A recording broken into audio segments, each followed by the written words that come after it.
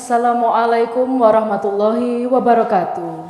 Shalom, Om Swastiastu, Namo Buddhaya, Salam Kebajikan. Ladies and gentlemen, good morning. A very warm greetings to each and every one of you. Welcome to the International Conference entitled 4th International Conference in Social Science 2023. I am Ornelia Prastiasari, your Master of Ceremony for today's conference. First, we would like to acknowledge the distinguished speakers for our international conference. Jenderal Polisi Purnawirawan Profesor Dr. Andes Haji Muhammad Tito Karnavian BA MA PhD. Profesor Dr. Andes Purwo Santoso MA PhD. Dr. Sofia Pram PhD. Dr. Aris Roda Romayosa. Dr. Sukardi MSI.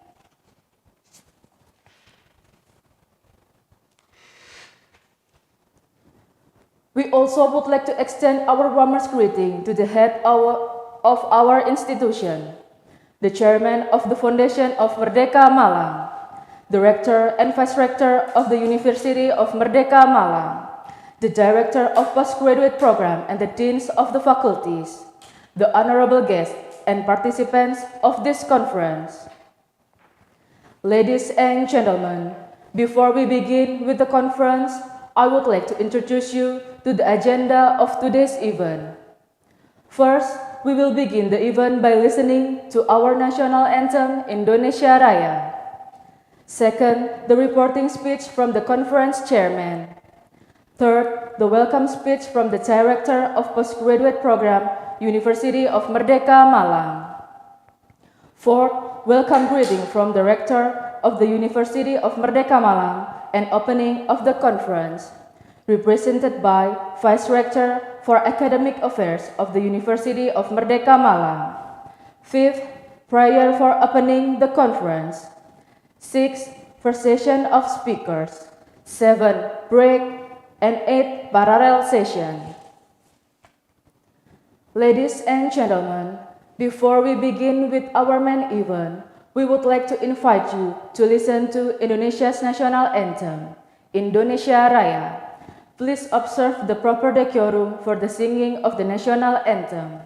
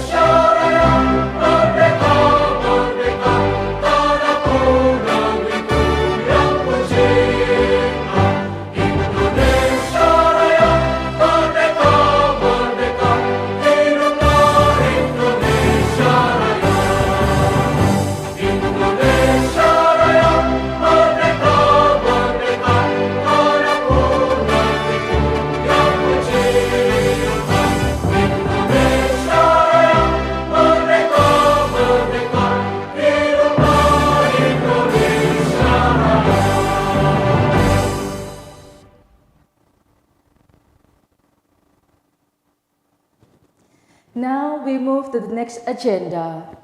We would like to invite the conference chairman to deliver his reporting speech. Please welcome Dr. Bambang Supriyadi, MM.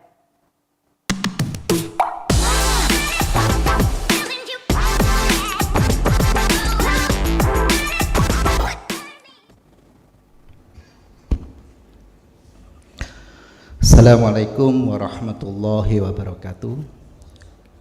Greeting to all of you. Honorable Chairman of University of Merdeka Malang Foundation and his staff, Honorable Rector of University of Merdeka Malang,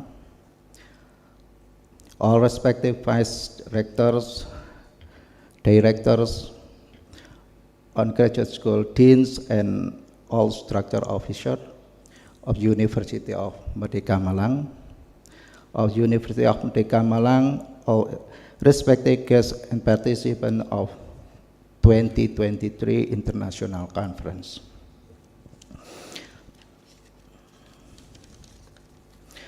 Alhamdulillah Rabbil Alamin, praise to the Almighty God, Allah Subhanahu wa Ta'ala, that always give our head strength and chance to can join and attend an opening and today's international conference. This year, the main theme of the 2023 International Conference is sustainability of green economics for anticipating global recession. Our consideration is sustainability and environment conservation for the humanity and our next generation. They have been included in the national agenda and even international one. However, they have not getting serious attention. In today's international conference, there are around 85 participants for ICAS and 75 participants for ICONIS from various scientific backgrounds, from Indonesia, Thailand, Bangladesh, Philippines, Cambodia, Malaysia, Libya, North Africa, and South Africa. This conference is also attended by 300 participants on site and online. In accordance with that, the Committee of 2023 International Conference proudly invited the following experts from different countries for ICAS, namely Jenderal Polisi Purnawirawan, Professor Dr. Andes Haj Muhammad Tito Karnavian, PA, MA, PhD, Minister of Home Affairs, Dr. Kaniston Terpau Rashid from University, Thailand, Dr. Farhana Begum, MPhil, PhD, University of Rajshahi, Bangladesh, Kasih Sohag, PhD, Ural Federal University, Russia, Professor Ruhana Begum, Rajshahi University, Bangladesh, Dr. Prihat Ase, SA, MSc, AK, CSR, University of Merdeka Malang.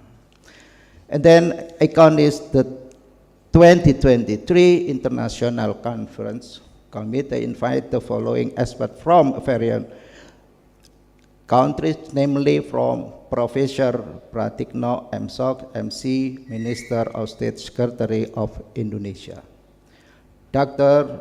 Aris Rodaro Malosa, Central Philippine University, Dr. Sofia Pram, PhD, Kambuja Technology and Science University, Professor Dr. Purwo Santoso, MA, PhD, University of Gajah Mada, Indonesia, and then Dr. Sukadi, MSc, University of Merdeka Malang, Indonesia.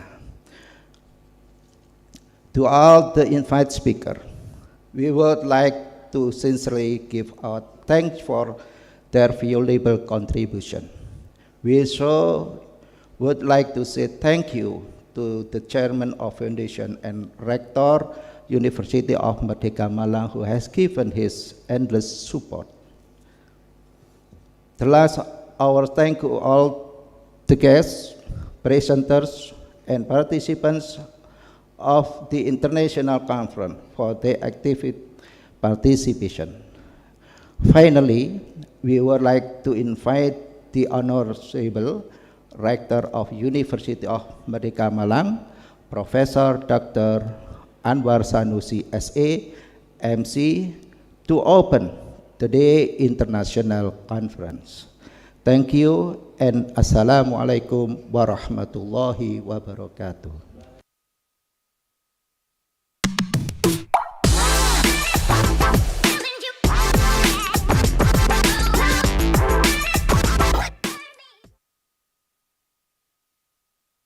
Dr. Bambang Supriyadi.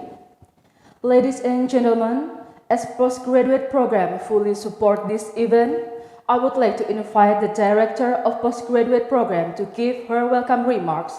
Please welcome Professor Dr. Grahita Chandrarin, MSI AKCA.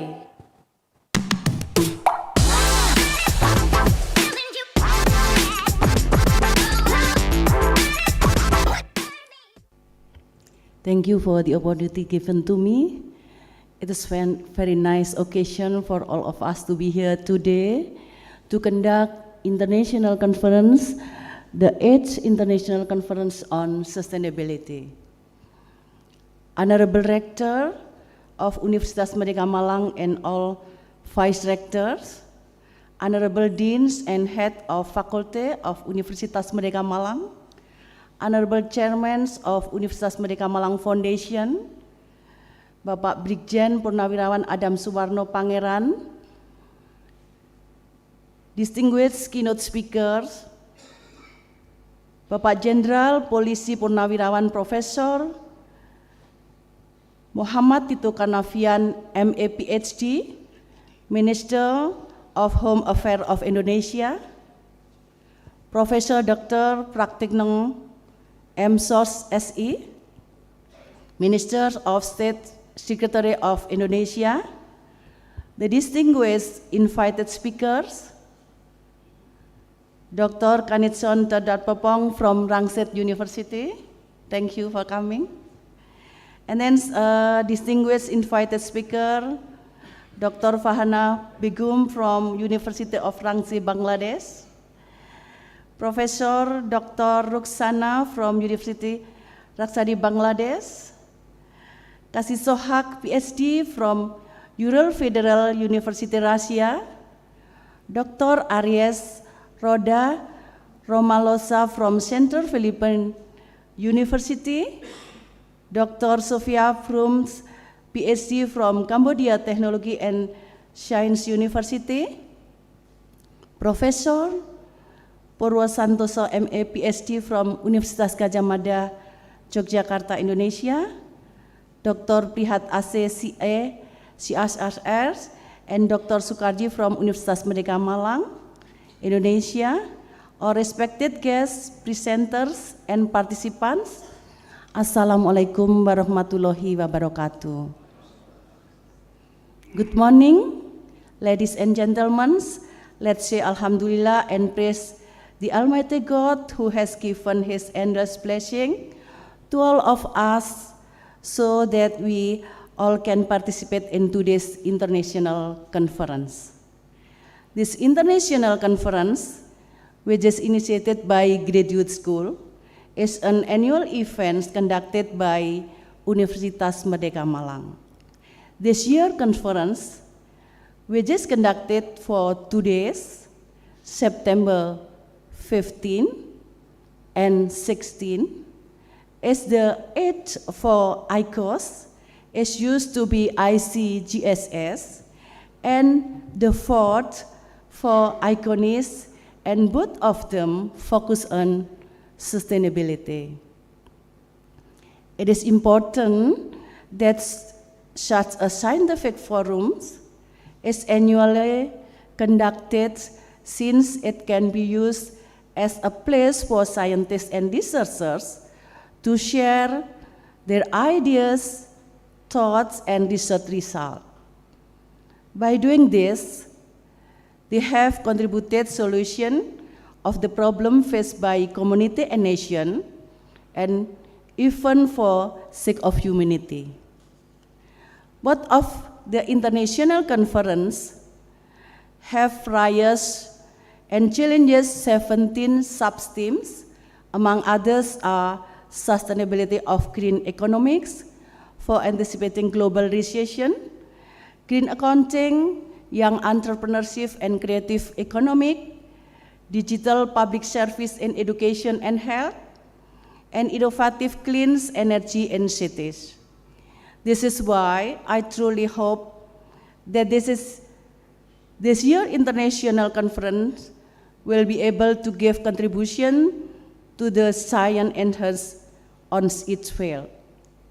Furthermore, I would to inform you that the selected papers will be possibility published in preceding index by Web of Science. On behalf of Graduate School, I would like to say thank you and highly appreciate all the keynote speakers and the invited speakers on this 2023 international conferences, which are from Indonesia, Thailand, Bangladesh, Malaysia, Philippines, Cambodia, Russia, and Africa. I also would like to say thank you to Chairman of Universitas Merdeka Malang Foundation, who always support this kind of scientific events on forum. Next, my sincere thank you go to all the guests, presenters, and participants for their active participation. Finally, thank you all, the committee members that have worked hard to make this international conference happen. Thank you very much. Wabillahi taufiq wal hidayah. Wassalamualaikum warahmatullahi wabarakatuh.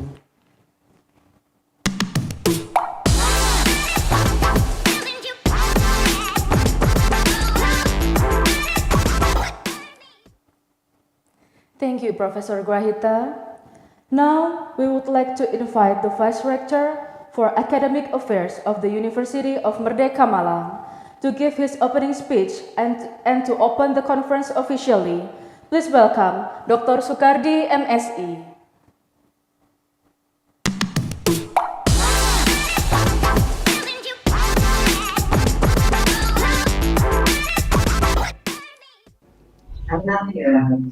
Assalamualaikum warahmatullahi ta'ala wabarakatuh. Prosperity for all of us. Om Swastiastu, Namo Buddhaya, Rahayu. The Honorable Minister of State Secretary, Bapak Profesor Dr. Pratikno, PhD. The Honorable Minister of Home Affairs, Bapak Profesor Dr. Tito Karnavian, PhD. The respectable panelists and my deep appreciation to the speakers and participants.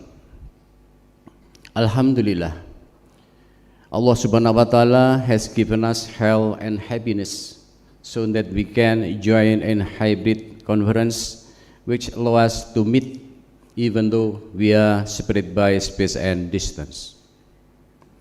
This international conference event is an important academic presentation organized by the postgraduate program University of Merdeka Malang.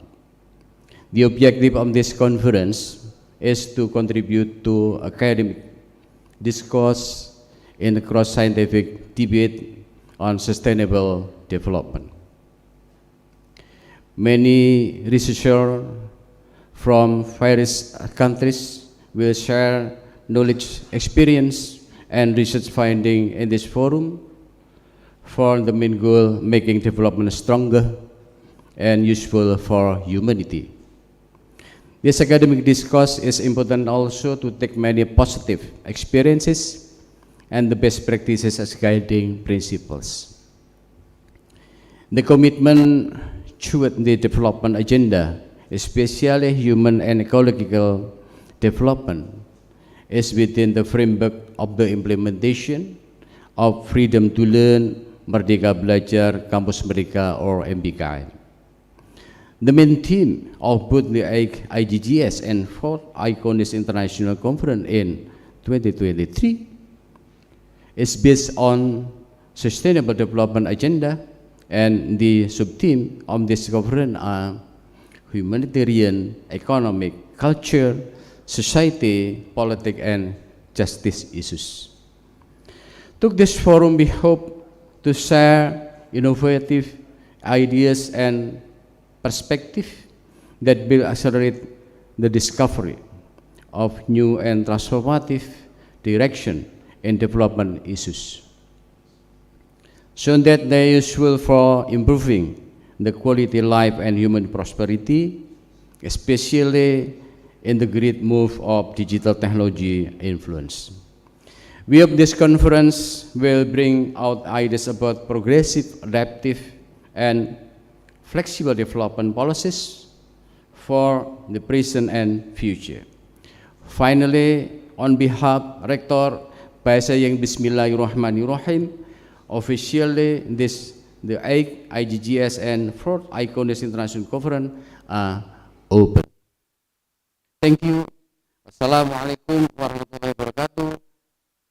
God bless. Om Santi Santi Om. Namo Buddhaya.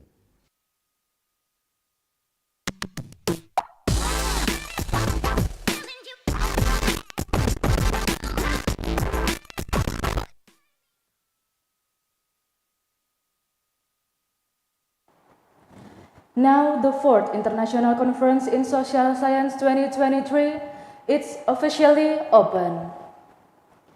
Now, we will invite Professor Dr. Agus Salahuddin MS to lead our prayer recitation section. Please welcome Professor Dr. Agus Salahuddin MS.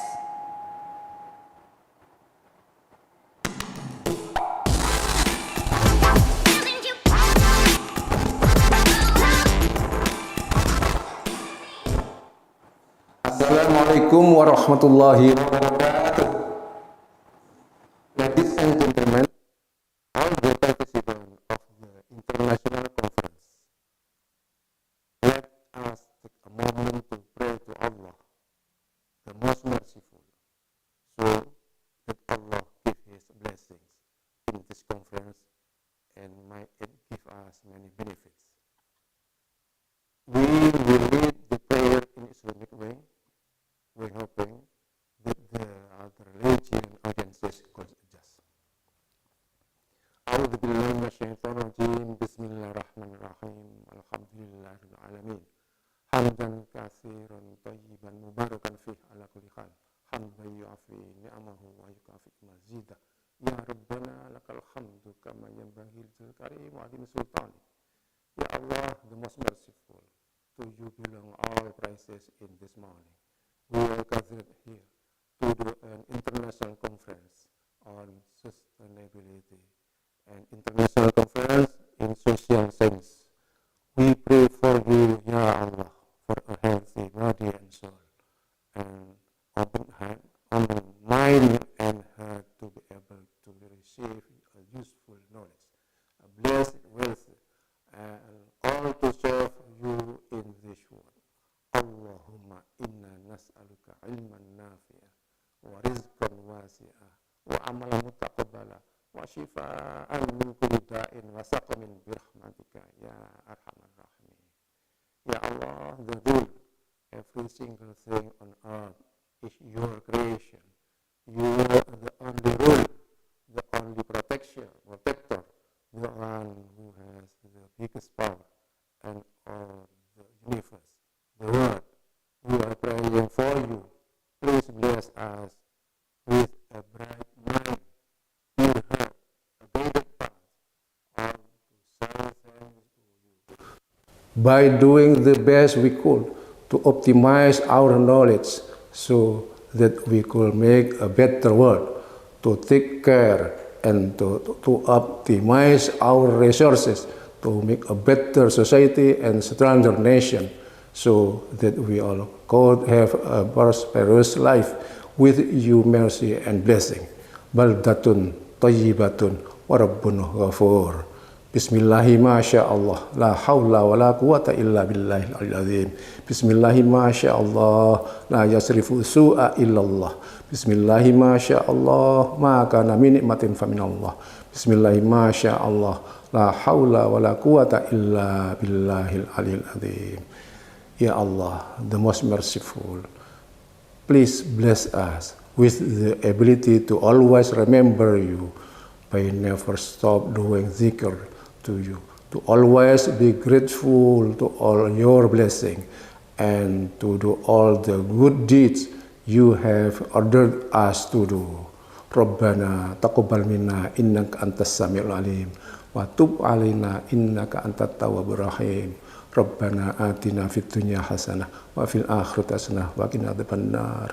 Wa sallallahu ala sayyidina Muhammadin wa ala alihi washabbihi wasallam. Walhamdulillahi rabbil alamin.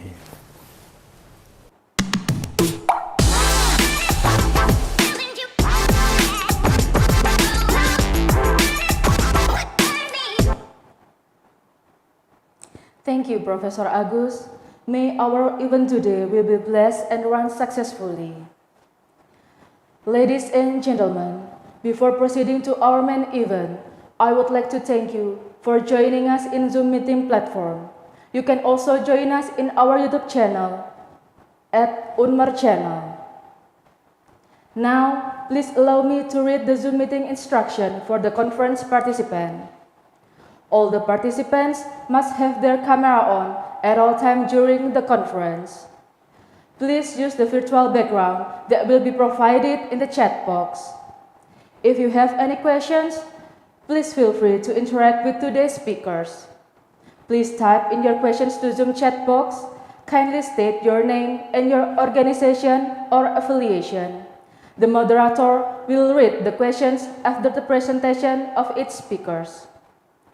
Ladies and gentlemen, we will have the photo sessions together for the documentation. Please turn on your camera and our IT staff will take a screenshot. Alright, because we have a lot of screen pages in this conference, there are more than 100 participants of this conference, so it will take a little time to take a screenshot. Take a screenshot for slide 1. Next, slide 2. Next, slide 3. Slide 4.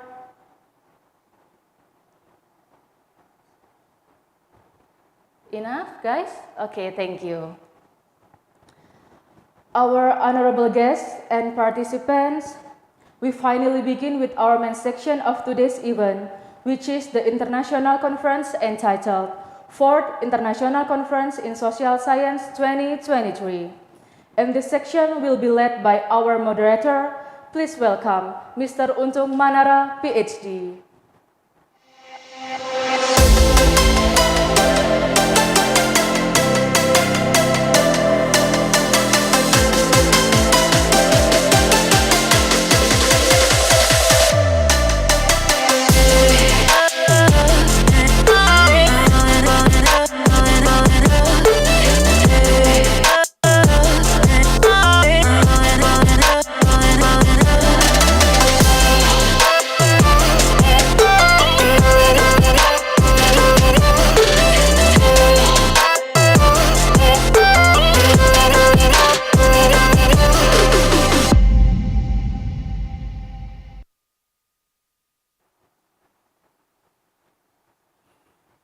Thank you, Ms. Ornelia, our Master of Ceremony today. Good morning, everyone. I'm Untung Manara. It's an honor to be the moderator of the conference today. Welcome to the Fourth International Conference in Social Science, ICONIS, with the main theme, Sustainable, Innovative, Green Economy, Social Issue, and Legal Policy. Ladies and gentlemen, to start with the main event of this international conference, please welcome our keynote speaker, Indonesia Minister of Home Affairs, His Excellency Jenderal Polisi Purnawirawan, Professor Haji Muhammad Tito Karnavian, BA, MA, PhD. Professor Tito Karnavian has a diverse educational background, including training at Academic Kepolisian Semarang, Indonesia. He holds a Master in Policy Studies from the University of Exeter, UK, and BA in Strategic Study from Massey University, New Zealand. He got his PhD in strategic studies with focus on terrorism and Islamist radicalization from the Rajaratnam School of International Studies, Singapore. His education equipped him with expertise in policy, strategic studies, and counterterrorism. Professor Muhammad Tito Karnivian, please, time is yours.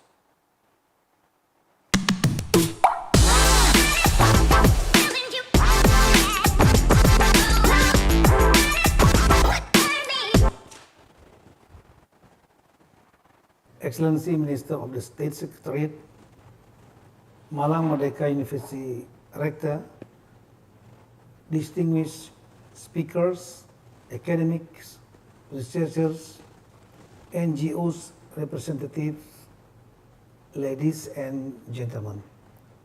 First of all, I would like to extend my highest appreciation for being invited as a speaker to share my knowledge on this prestigious conference, which is the 8th International Conference of Graduate School on Sustainability and 4th International Conference in Social Science, Malang Merdeka University.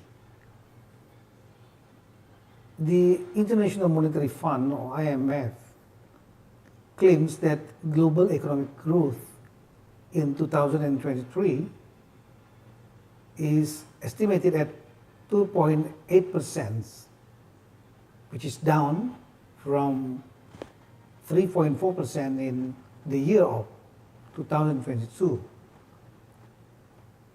As for Indonesia, IMF projects that Indonesia's economic growth in 2023 will still be almost similar to the previous year, more or less 5%.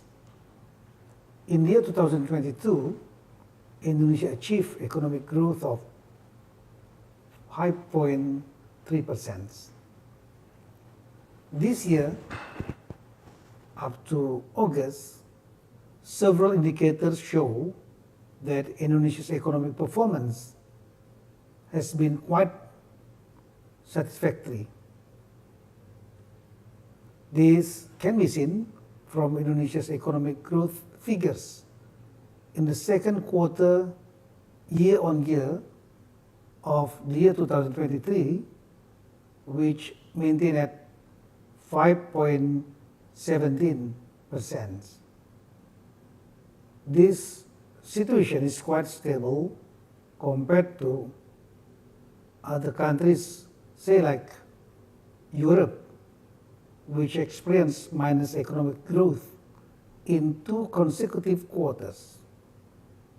Germany, another instance, with economic growth of minus 0.2%, the UK 0.2%, and even United States 2.6%. Our inflation rate also maintained more or less around 3%. So it is quite reasonable, since Indonesia is not only consuming country but also producing country, so making a balance between consumption and production. Yet there are several challenges we must address. One of the critical one is that economic sustainability in the future. Research from Commonwealth Research Institute shows that sustainable economic growth can only be achieved by investing in low carbon, non-polluting development models. The idea of an inclusive green economy refers to an economic growth model that is efficient, environmentally friendly, and resource just. The term of green economy is defined by the World Resources Institute as an alternative vision for growth and development, creates growth and improvement in people's life in a way that is consistent with sustainable development. In addition, an inclusive, environmentally friendly economy is an economy that embodies interconnected economic, social, and environmental commitments. An inclusive, environmentally friendly economy considers as a whole of society approach in designing drivers of economic growth, focusing on sustainable means of production, along with sustainable and responsible consumption and accountable consumption of economic goods and services. The main sectors that contribute are renewable energy, environmentally friendly buildings, transportation, water management, waste management, and land management. The transition to inclusive, environmentally friendly economy requires strong policy and institutional support. Also, political certainty and participatory approach between public, private sectors, and community as stakeholders. Indonesia continues to strive to take strategic action in implementing a green economy within the framework of economic transformation. The green economy is expected to not only increase GDP growth, but also makes a significant contribution to environmental sustainability, resource efficiency, and of course, social justice. The government efforts aim at encouraging Indonesia to get rid of the middle income trap in accordance with Indonesia's vision of the year 2045. The impact of COVID-19 pandemic and geopolitical tensions such as Russian-Ukraine war have eroded our economy in many ways. For this reason, green economy concept must be enforced nationally, locally, and even internationally in order to promote our economy and boost economy, but at the same time maintaining the stability of our climate, our environment, so that it can be sustainable for our future, for our grandchildren, our great-children, and even our great-great-grandchildren, such as low-carbon development. Global demands to encourage sustainable development have become a necessity and mandatory. Hence, Indonesia is committed to contributing to achieve sustainable development goals that balance economic, social, and environmental aspects. Low carbon and climate resilience development are also priority agenda for our government. This is also a form of Indonesia's commitment in the Paris Climate Agreement to reduce greenhouse gas emission by 29% in the year of 2030. President Joko Widodo on various occasions has encouraged the reorientation of economic development towards a green economy through a number of strategies, such as low carbon development as stated in the 2020 and 2024 National Medium-Term Development Plan, net zero emissions policy through roadmap to achieve the net zero emission targeting in 2060, including net sink in the forestry and land sectors in the year of 2030. Also providing a number of green stimulus to encourage increasing realization of the green economy. One focus that needs to get our collective attention in the future is that economic and digital transformation in the government sector. The government should be continuing to develop the concept of smart cities and public service malls.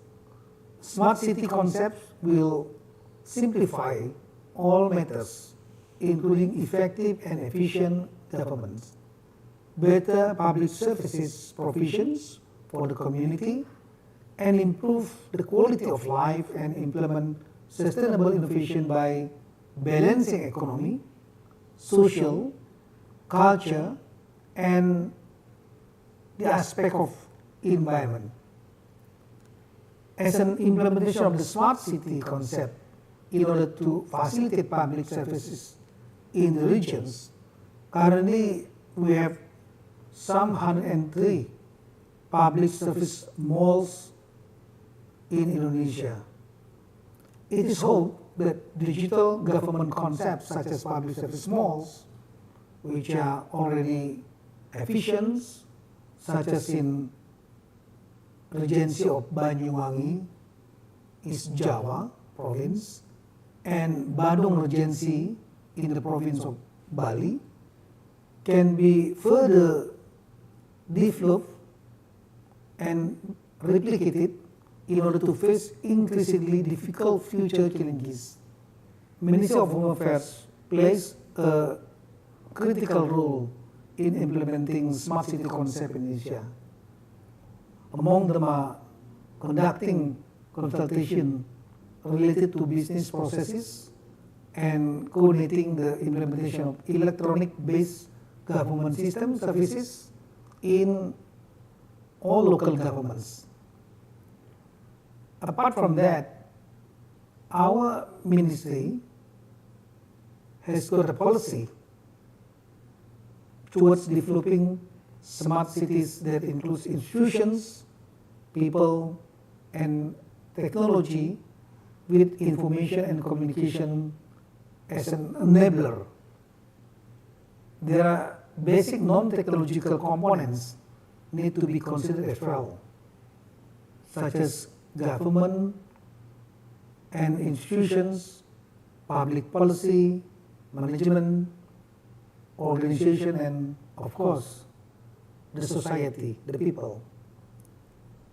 Finally, I would like to congratulate Merdeka University Malang as the host of the 8th International Conference of Graduate School on Sustainability and the 4th International Conference in Social Science.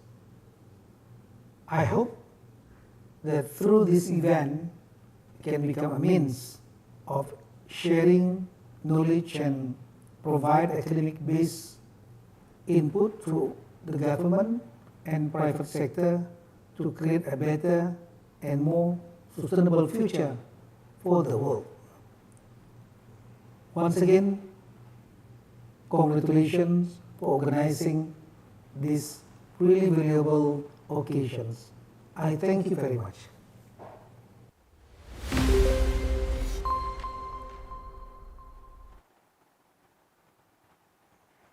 Thank you very much, Professor Muhammad Tirto Karnivian, the Indonesia Ministry of Home Affairs. It was a very insightful speech about green economy and sustainable economy in Indonesia. Please let us present the certificate of appreciation to Professor Muhammad Tirto Karnivian.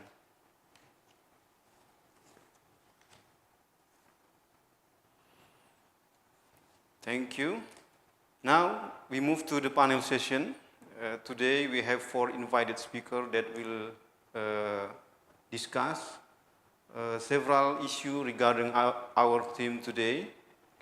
Without further ado, I would like to introduce our first speaker, Professor Dr. Andes Purwo Santoso, MA, PhD, from Gadjah Mada University, Indonesia. He is currently in charge as a head of postgraduate study on political science at Gadjah Mada University.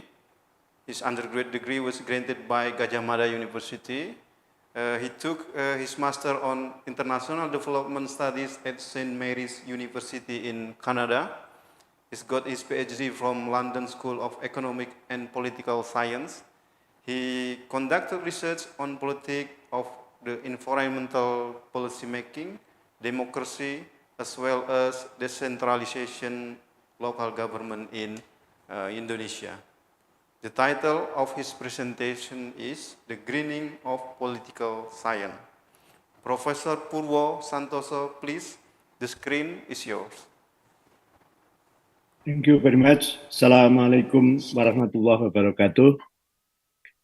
Distinguished guests and participants and the excellencies of leadership at the Merdeka University in Malang. I first of all would like to express my appreciation for inviting me to this conference. And what I would like to share at this moment is the struggle we have been encountered at Gadjah Mada University, given the fact that social science meant to take part in the paradigmatic shift in its studies. So then we cannot take for granted the science we conducting at the moment are ready to take part in fast paradigmatic changing process ongoing we are facing with. So I would like to share my experience, my struggle with other friends at Gadjah Mada University, and the problem is not necessarily with the substance of the political, but also the way we are conducting social science itself. I think most of the participants are straightforward to look at the issues, and we are taking for granted that our science, our body of knowledge are ready for that.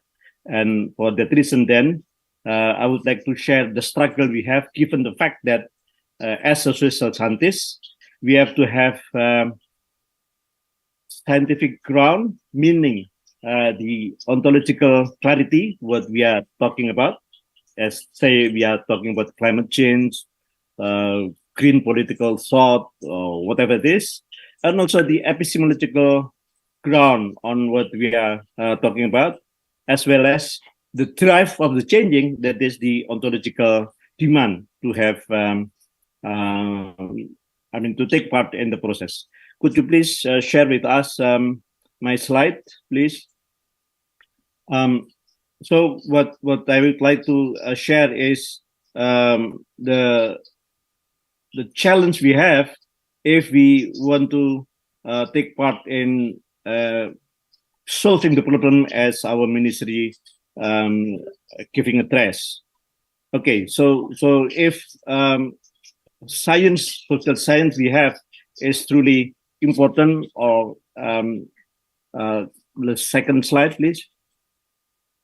Okay, so I was studying politics of the environment at the London School of Economic and also St. Mary's University, on which I was have to, justify that this is political.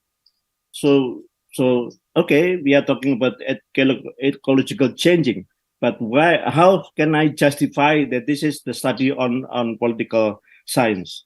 I was in a funny situation at that time because our chairman at my department, Professor Ravan Kafar, for example, was not happy that I was taking part in studying environment, as if environment is non-political. But when I finished my PhD, he was appreciating me as indeed political science have to take part and have to be able to justify that this is politically sound and this is theoretically sound and this is relevant with other disciplines. So okay, in political studies there are so many literature on the political thought or political theory or ecological theory or this kind of thing. But if the theory, you just spell it out without having epistemological reflection, then we are not really ready to embark in the paradigmatic science. Why? Because what we are having at the moment, like climate change, ecological crisis, or whatever, was driven by the experience in the past. We are having fundamental faulty in theorizing capitalism, for example. We are having faulty in describing or explaining industry or industrialization and so forth. So then, unless we are having critical review on the epistemology we are applying with, then we are insignificantly contribute in the paradigmatic shift. So in political theory, political studies, there are so many new thought that was not available, say, 20 years or so, 30 years or so. But now the thought has to drive our mind, and unless we are having philosophical reflection, then we are not really doing the right things. Okay, next slide. So given that awareness, then we at Gajah Mada University, with our discussion in daily life and so forth, go backward, please.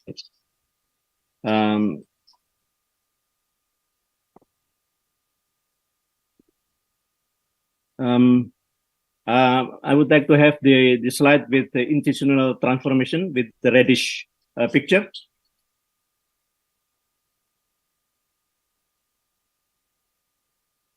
Oh, you didn't get it. Okay. Not this one, but okay. Yeah, let's guess. It should be the early slide. I mean, early part of the slides before this. Before this. Yes, this is it. So the lesson I want to share with you is the dynamic or the intellectual struggle within our department, because what really needed is not the greening into economy, but also the greening of social science, more specifically the greening of political thinking and theoretical practices, and also then the way we are doing teaching and the like. And this required a lot of institutional rearrangement, and more specifically, it requires intellectual debate, paradigmatic discussion, and the like. And I would like to share with you the detailed experience in our department. For example, I myself dedicated my intellectual studies at Gajah Mada University within the banner of transformative social science. So I'm thinking of how social science, more specifically political science, are contributed to the idea of social transformation, development, and the like.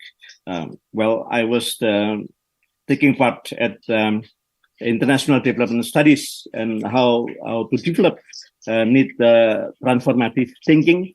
And what really important is not only formulating the recipe for development, but also rethinking of development theory and the like. And we need to have institutional setup for that. But our colleague, Professor Cornelis Ley, was setting up the political department to have the banner, to have the motto, humanizing politics, because we know that in daily practice, politics related with dirty practices and like, but then we have to have ethical commitment, epistemological background, epistemological basis, that the ethically we are in the position to develop political science which dedicated to make humanity valuable, and the demand for making political scientists having a contribution to humanity practice, for example, then lead us to redefine when we are taking classes or teaching on human rights. Why human rights is important? This is because of we are human, regardless the fact that even though we are knowing that there is universal declaration of human rights, but so this was only legal challenging, legal institutional setup. But the way, the reasoning why we are taking of humanity as the value and the practices on the daily life and like, then drive us to redefine human rights because we are human. And the fact that there was an international convention on international law could not undercovering, forgetting that this is because of because of axiological shifting, because there are values that we have to reproduce, and then we have to justify the way we are teaching, the way we are presenting human rights based on the epistemological and also because of the axiological demand. So then we have to rearrange the practices, and then our colleague, late Professor Cornelis Ley, then we are, and he promote the idea of third way of intellectual, because normally being intellectual mean making a distance with the reality, and he was advocating the idea of being scholar mean to be activist at the same time. So then reproducing values is the important fact. And as we are then have to experiment what we are theorizing with the practices, then the idea of living laboratory, the idea that the real life out there is important, and the way to say the substance should be transformed as well. Our colleague, Professor Pratesno, who meant to be participating in this occasion, I'm totally unable because of his duty as minister. He was using his experiment and also experience within the bureaucracy to send back message that the way we define our courses, the way we are defining subject or the curricula should be shifting. And now we are creating a trouble, so to speak, within the political science communities, because we are running very dramatic curricular transformation at Gajah Mada University, and create kind of anger in the other, because people, the political science community, referring Gajah Mada as the place for benchmarking. And we are certainly having traditional, a lot of transformation, and the way we restructure curriculum so much different. For example, early on in studying politics, a student has to have epistemological ground on political ecology, for example, and then people have to learn global politics, environmental politics, and climate change, and this is creating a surprise to other department at other universities in Indonesia, and why we do so, very difficult to explain, and this is why then we need to tell the story why we need to do such a transformation. Okay, so the living laboratory means that there are real life outside the campus, and which we are having to validate what we are thinking and alike. Since Professor Pratikno engaged as a minister and having a channel of bureaucracy, then we have he shared the way to present political scientists. So then now we are taking part in transformation toward say green economy. We are having courses on resource making, and this is the notion that not making sense, because the traditional style of political science, which took focus more on political parties, on bureaucracy, and so forth, was not the way the way political science should present itself. So there are so many courses, transformation, and the engagement on the field, creating a way to validate, so that we are having course on food, food security, ecological security, and so many things. And we have to have comprehensive comprehending, and also the way to engage on the research should be different and alike. Okay, so basically, we as political scientists at the Department of Politics and Government at Gadjah Mada University has to make sure that the political dimension in talking about the ecology, and talking about the environment, talking about the climate crisis and the like, are coherent.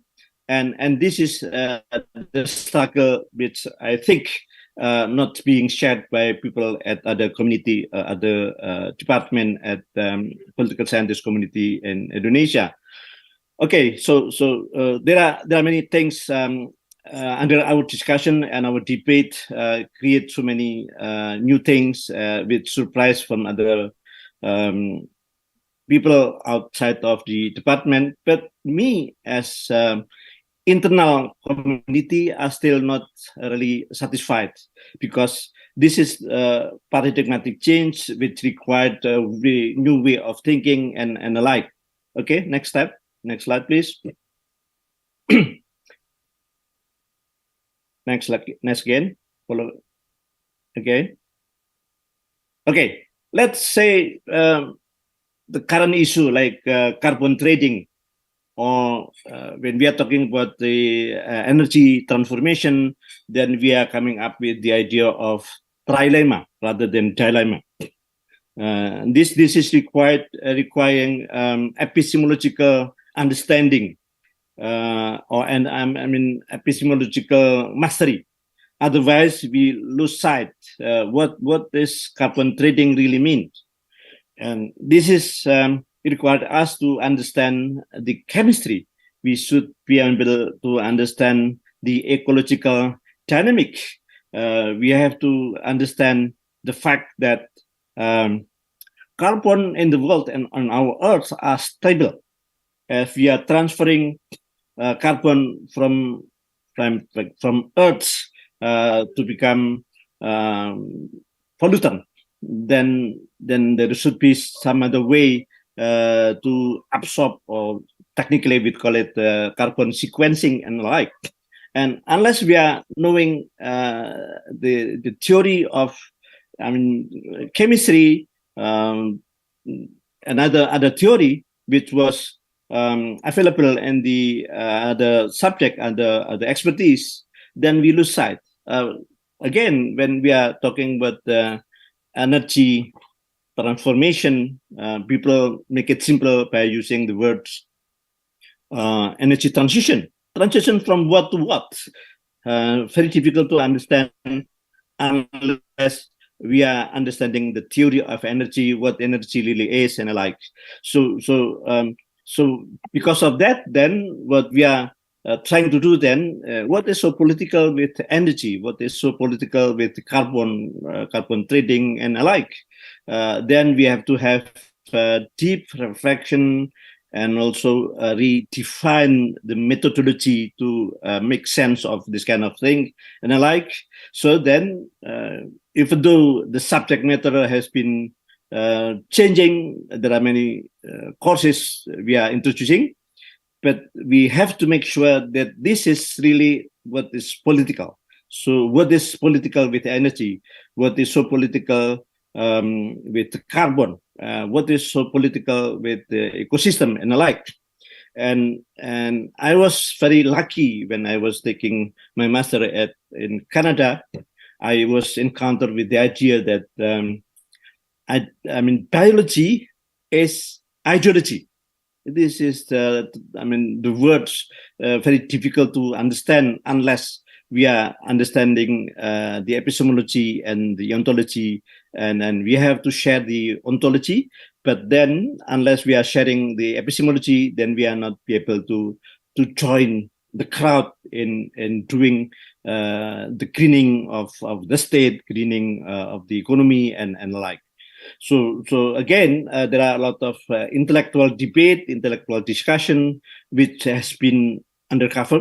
We cannot easily share to the idea, the community. So then I would like to take this opportunity to share. And because the participants are engaging on so many subjects, then we can participate by validating the epistemological ground and also the axiological commitment we are trying to engage on. Okay, next step. Once again, if we cannot explain why energy creating a problem, and then why energy then lead up to the emission of carbon on the field, on the air, and then creating the climate change and the like. Unless we are understanding the theory of energy, what this energy really is, and from political perspective, what really political, then we cannot take part in the challenge of studying and also contributing a new subject that is the environment or the ecology and the likes. Next. So unless we are understanding the epistemological ground and the what it is we are talking about, then we are not convincingly competent in discussing with the idea of trilemma of energy, for example. And trilemma, I chose trilemma as a discourse because trilemma required new way of thinking. But new way of thinking is already available in the scientists, the, so to speak, natural scientists. But the theory of natural scientists most likely are not really well understood within the political scientists. And therefore, then, when we rely on the ecological sustainability, it required epistemological understanding, methodological validity to other studies and the like. And then the dilemma is not only choosing this on that. The dilemma is if we lead the development to that way, then this is the potential problem or handicap and the like. So then we have to justify that in reality, what really serious is the way of understanding the reality, and therefore methodological scrutiny in social science and political science are so important. Next. Well, I cannot discuss so deeply on that. Let's go to the early notion I was calling for. Okay, to justify that political science really uncovering the political aspect of energy, political aspect of environment and alike, we typically resistant to the demand, epistemological demand. For example, what really dominant in social scientists is the paradigm anthropocentrism, for example. And if we insisted with the anthropocentrism and we meant to be in control of nature and alike, and nature become resources, then this is the faulty in social science for so long. And the problem on the ground, derived from anthropocentrism. And unless we are having understanding and also practicing beyond anthropocentrism, then we are not contributing so much. But social science, social science, political science at the moment still rely on the theory derived from anthropocentrism. So then there are a lot of challenges we have to encounter. This is the next slide. There are so many issues well taught in the literature, but we are not able to giving advice or practicing with the so-called green living, because green living required us to adopt the value, green value, and practicing. And the way social scientists talking is about, just making recent journal and making video, but we are not practicing or put the science in the living laboratory. So then, on our mouth, we are reciting the idea of green theory, green living, but if we are not practicing with ourselves and exercising our theory and practice, then we are not able to transform the reality. And say then in political science, for example, there has been jargon or theory or metaphor green state, for example. Professor Lobin Ekensley, for example, has been prominent on that subject, and some other scholars also, Brian Perry and others. When we talk about green state, then we have to abandon the traditional notion of national security. Why? Because the greenness of the state dependent on the respect to the power of ecology, and also the power of ideology as the green ideology set into power. Then there are so many other things we have to be redefining. And in fact, the notion of green state has been not be able to come about if we don't have green citizenship or ecological citizenship. The way we define citizenship nowadays are dependent on the idea of state. And if the state are not really sovereign because they are under the ecological sovereignty, then there should be revising theory and practices and the like, and we are still struggle on the side. And say we are encountered with the challenge to offer green political theory, green policy making, green accounting, green budgeting, and so forth. If we rely on the previous or outdated proposition, then we are doing the fake science because we are not understanding what really is and how to justify the argument. And there are so many concepts which we cannot put in practice because we are encountered with epistemological faulty or faulty or deficiency and alike.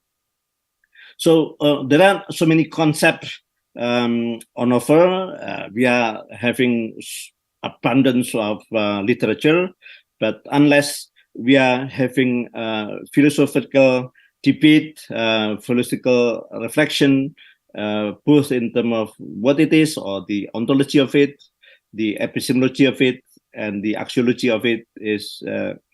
Then we are not having social science as should be.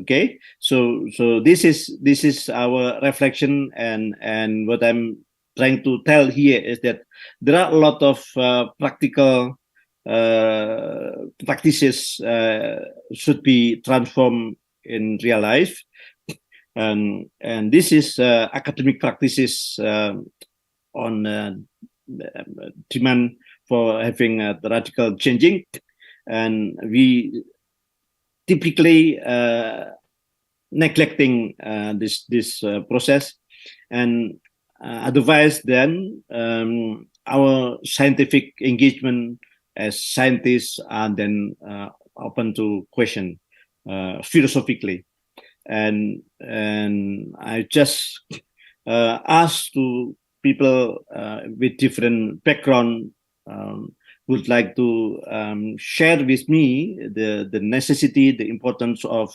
engaging in the institutional transformation in order to make sure that our science, in this case, political science, having internal transformation, reproducing new culture, new practices, and we are happy that the Ministry of Education has been running the making academic administrative burden less constraining and alike. But then the internal transformation as scientists still problematic in our experience from judging from our experiment in doing political science. So this is the reflection, internal reflection, and I understand that there are so many issues being discussed today, but I'm grateful that I was having first opportunity to take part in a discussion, and necessity to make international reflection as a scientist is, the challenge, a real challenge, because if we are not having philosophical reflection as I demonstrated, then we are still having inherent faulty calling ourselves as social scientists, but we are not using philosophical science to justify our engagement. I'm sorry this is so abstract, but this is the struggle I'm encountering in the corner of political scientists at Gajah Mada University, and I would like to invite, make a discussion on this subject. Thank you very much. Assalamualaikum warahmatullahi wabarakatuh. Waalaikumsalam warahmatullahi wabarakatuh. Thank you, Professor Purwo Santoso, for the great presentation about green politics. Now we have opened the question and answer. We already have 3 questions here. I will read the questions. The first question from Nancy, the student of University of Merdeka Malang. The question is, in patriarchal culture in Indonesia, being a woman or position as a woman has been very difficult.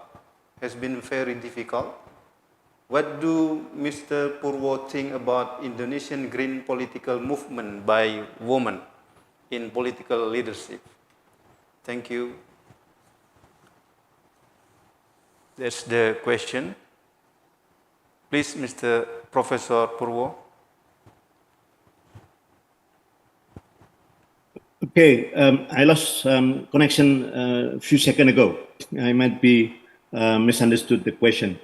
Okay, this is an important case. I was talking biology as ideology, and this is we do have the idea of gender. Gender is not about sex, not about kelamin. Gender is about the way of thinking reality, And because the way of rethinking reality, relation between men and women are not easily understood, then the pathway to transform the reality is difficult. And this is about the way of looking at things. And because we are not really exercise the idea of gender as a epistemological basis, a methodological way of saying and presenting things, then we don't have practical ways to get out from a patriarchal society. So okay, ecology and gender at this point is having a parallel problem. And I'm happy to, I like the question because this is the process, this is a challenge that we've been understanding, because we pretend that we know what we are talking about, and we pretend that we know how to transform the reality. And because this is way of thinking and way of thinking everybody socially, then we are unable to make a practical solution, because it required the mindset of looking at reality. This is what I call as epistemological challenge. And because the mastery of epistemological competence are not really put seriously, then we are having a practical problem on that side. Okay. Yeah, thank you for answering the question. So that it's about the way of thinking, how we see the reality, and so the gender and woman and men also contribute to the political science to do the green activity. All right, we have another question here from Breska Merina, also a student from University of Merdeka, Malang. The question is, are Indonesian people ready to face green politics? Okay, this is another challenge, question, important question. Okay, let's talk general election. We are coming to term in the short time. We are having so many ecological problems, but we can, because we are not really have a competent to present ecological problem, then the politicians are not well equipped to help to show the competence or the willingness to deal with issues, and also the citizens are not really having concern and commitment on it, because the way to defend citizens is according to the need of the state to have obedience. So because the ecological citizenship are not really there, then we are like blind to read, to pinpoint the ecological problem, meaning that green politics are not there, because people are not able to read the ecological process as a political challenge. And to say that, then I would propose to make the literacy on green ecology,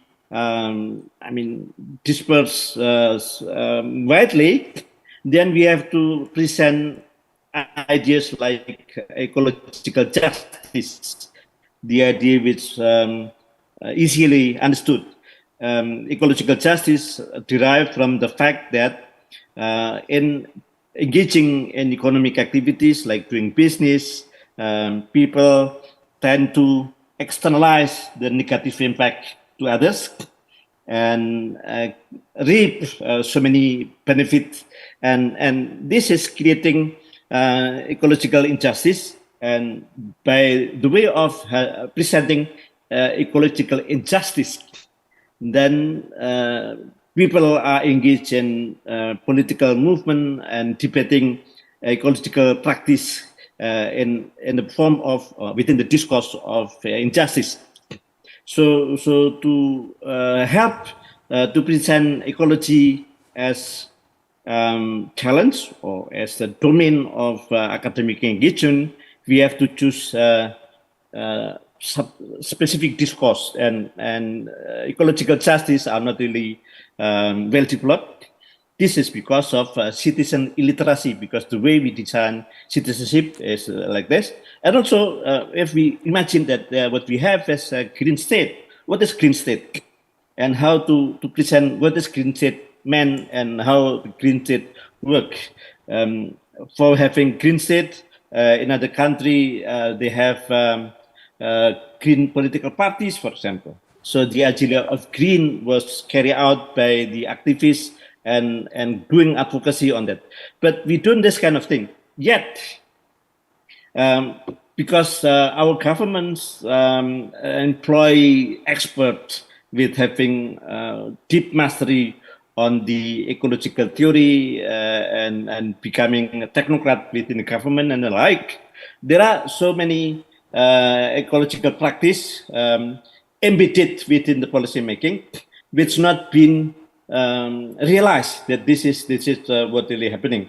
So what we do have is the bureaucracy try to adopt ecological principle like AMDAL, like the necessity of the importance of daerah DAS, the watershed entity as basis of governance and so like. But because the technocrats are presenting this as a procedure rather than as a theoretical debate or as a contestation among ways of doing things, then the political side of it, the political face are not really obvious from the ground. So there are some practices that indicated that we are adopting green theoretical political policy making. This is undercover, but also there are a lot of practical political practices, say like policy making, demanding more tone, more stress on the ecological aspect of it. Thank you. Yeah, thank you for answering the question, Professor. So that we need to more political approach and also practices approach to encourage citizenship to involve in the green activity. We have another question here from El Nino Emanuelo from University of Merdeka Malang as well. The question is, how will the government reduce obstacles in the industrial sector and be able to create a conducive investment climate in the country, especially as this relate to green politics? Okay. Please, Professor. Well, the idea of green politics presented by the discourse, say, circular economy, for example, there has been practices codified as the practices of green economy, within which industry should redesign the way it doing industry, not only doing packaging and then creating rubbish. Yet the idea of circular economy academically has been picked up by the experts, but when we practice it on the ground, the practices are still at the marginal level. I happen to check with our government in Jogja. I was asking people at Bapeda and asking whether people at Bapeda are really keen with the idea or willing to practice the idea of circular economy, for example. And it was not there. I checked the document, there was no such thing as circular economy, but we are now active to promote the idea. So the way to handle with the businesses, we have a concept like circular economy, and this circular economy has been developed by people in the developed countries. Then now we have to reformulate a similar idea, same idea within the context of Indonesia.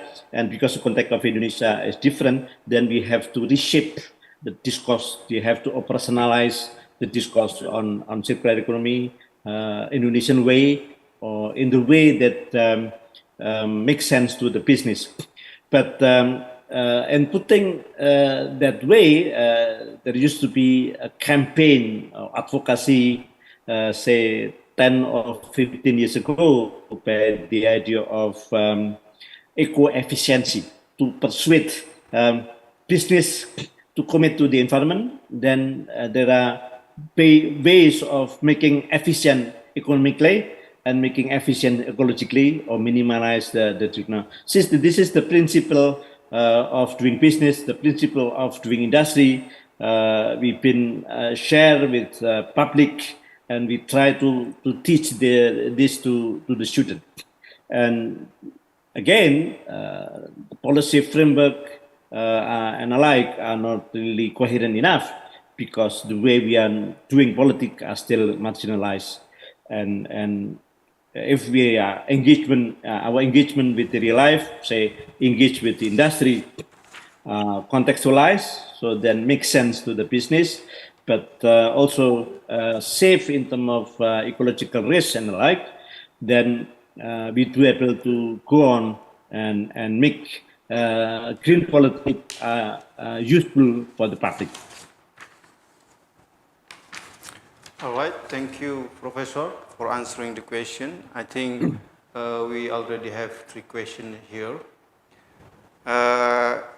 If I can conclude for the discussion today that green living is our daily activity that needs a policy making decision, so that it needs a political science approach to do the green living. And also, it's not only, it needs a philosophy of science to do that. For example, how we, the way of our thinking also contribute to the transformation of political science. Thank you very much, Professor Purwo, for having discussion today about green politics. Thank you for answering the question. As an expression of gratitude, please allow us to present the certificate of appreciation to you.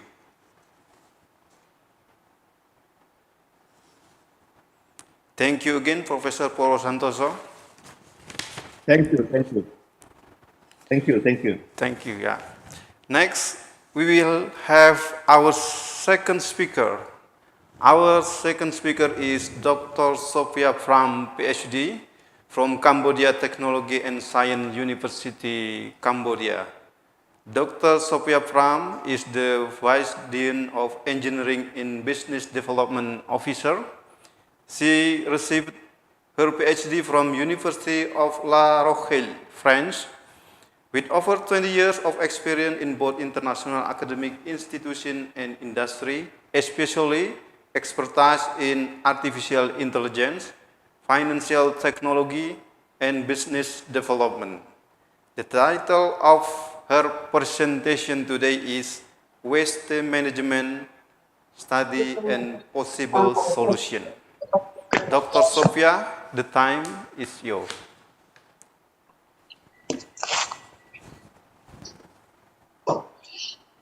Hello, I hope you hear me well.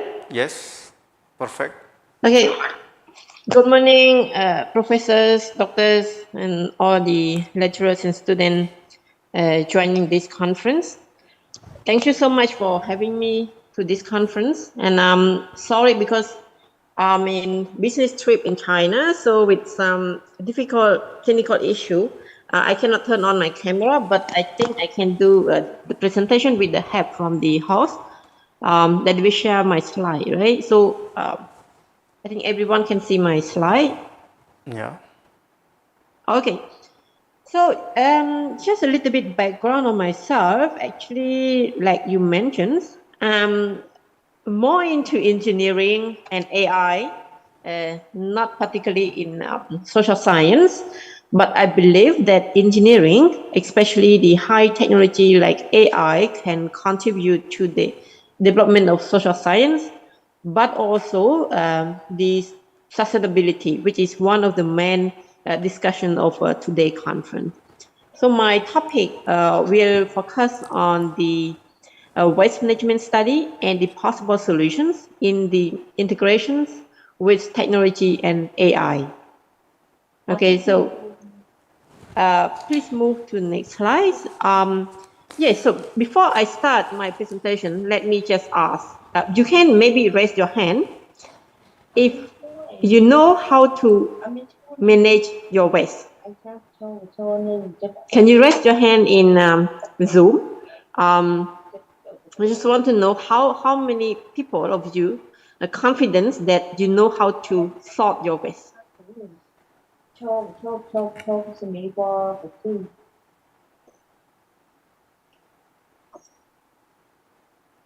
All right, I can see one. I just one respond to my questions. Or we can only raise 1% raise hand in the time. Okay.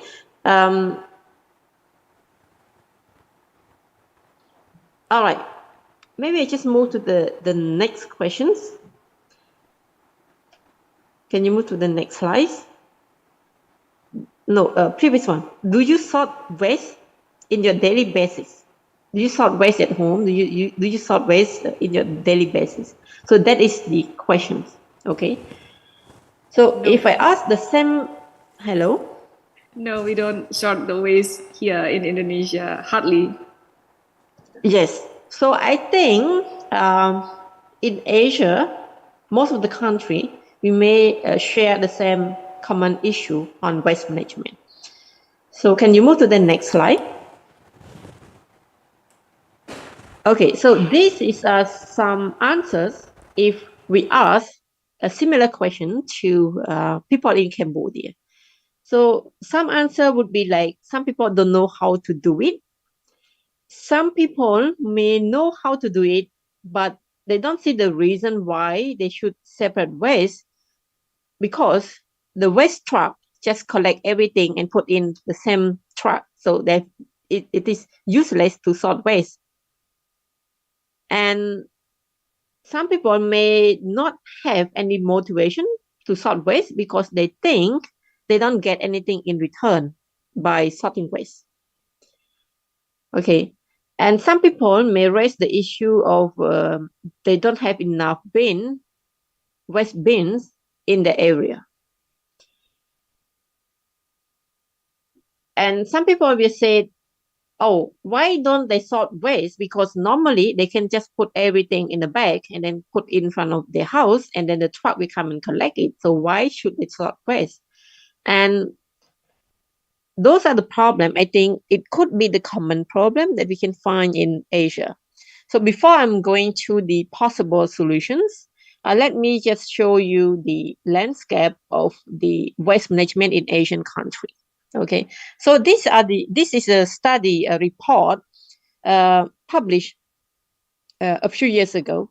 I will discuss about 4 points on the practice of waste management in Asian countries. So first, the generation waste, waste collections, waste treatment, and disposal.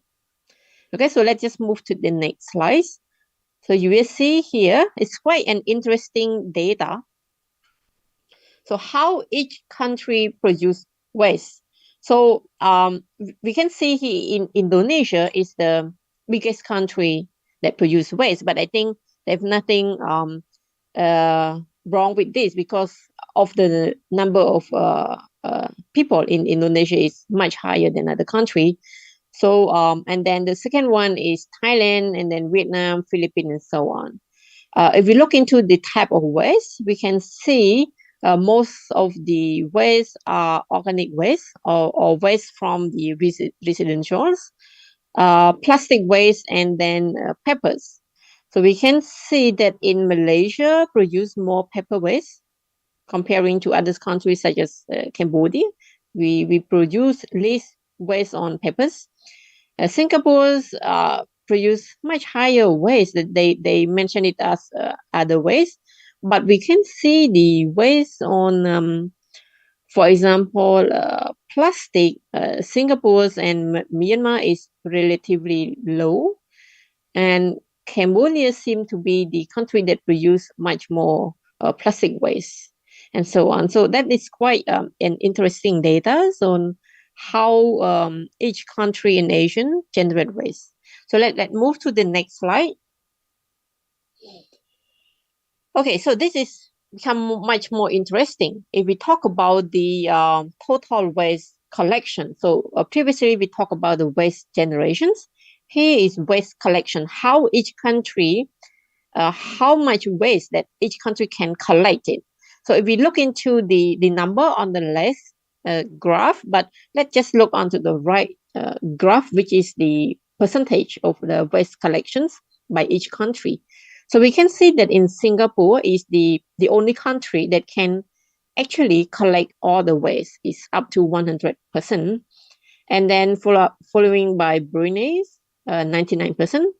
And then Vietnam, 85%, and Indonesia, Myanmar, and Malaysia have a good exercise on waste collection also. So you guys collect up to 80% of waste, and then Philippines and so on. But if you look into Cambodia, we only collect 44% of waste. So waste collection, waste management is still a very challenge in Cambodia. So once we collect waste, what we have done with those collected waste. So let's move to the next slide. So we talk about waste treatments or waste management or recovery. How each country treat, do they treat waste or renew waste? Or recycling waste. In here, we can say that Singapore is the champions in waste treatment. So Singapore can treat up to 59% of waste itself, and following by Philippines and Thailand, but yet they still can treat only 22% of waste. And then we can see Vietnam and Indonesia can treat up to 14% of waste. And sadly, for Brunei, Cambodia, and Myanmar, we don't have sufficient data on this, because we do have, like, for example, in Cambodia, some waste recycling company, but still a very small scales that they have no official record on how they actually recycling or treat waste. So unfortunately, in Cambodia, up to now, we don't have enough data to show in this graph yet. So to this graph, we can say that most of the country in Asia have a good performance to collect waste. But when we talk about the waste management or waste recycling or treatment, it's only Singapore that can perform better than other country, but only up to 59%. And other countries waste below 25%, 20%. So it is very still a very challenge issue in Cambodia, Cambodia and Asian country itself to move to this sustainable development in terms of waste management practice. If we move to the next slide. So beside waste treatment, what we do with waste in Asia, so mostly like the country like Brunei, Cambodia, and Myanmar, we and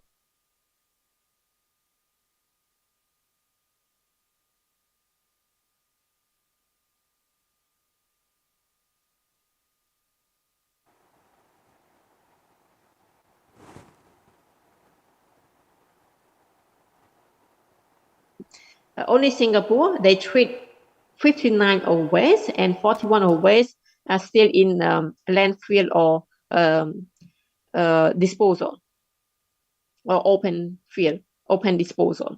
Yeah. So if we look into this data, waste management is still a very challenging issue in our country, in our regions. So let's move to the next slide.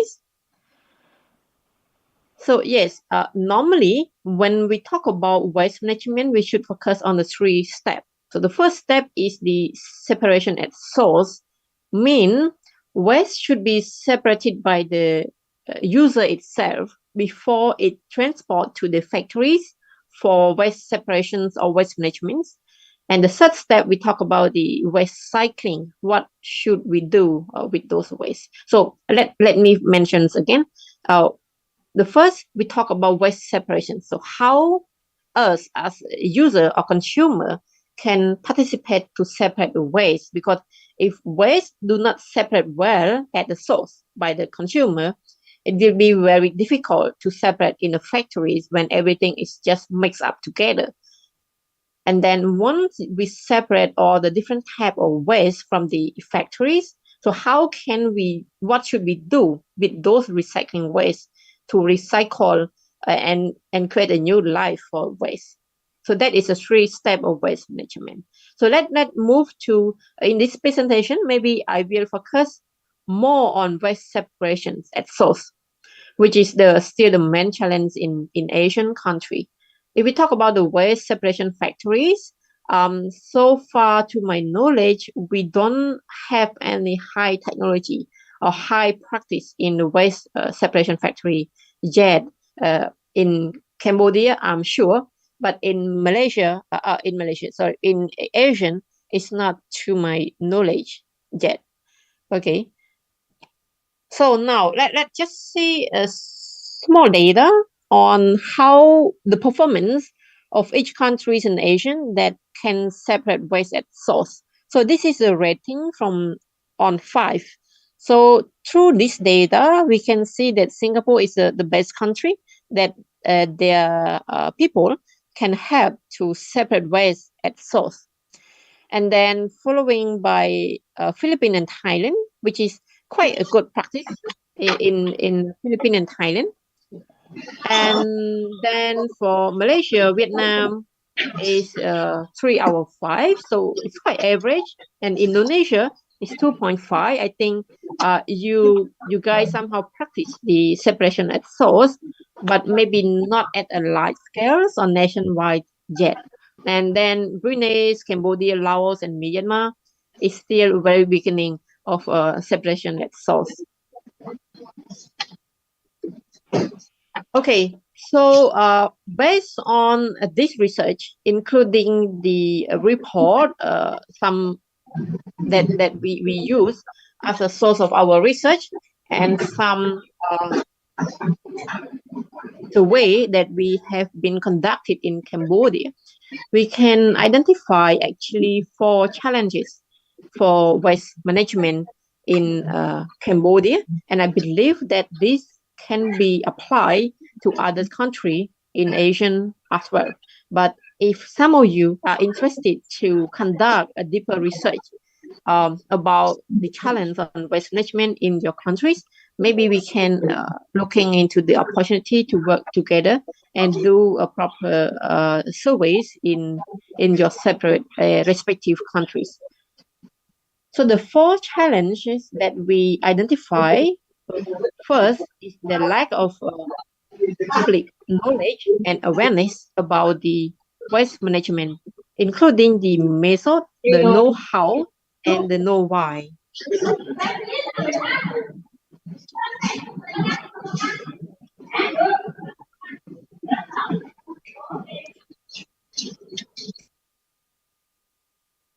Okay, sorry, I heard some noise just now. Okay, can I continue?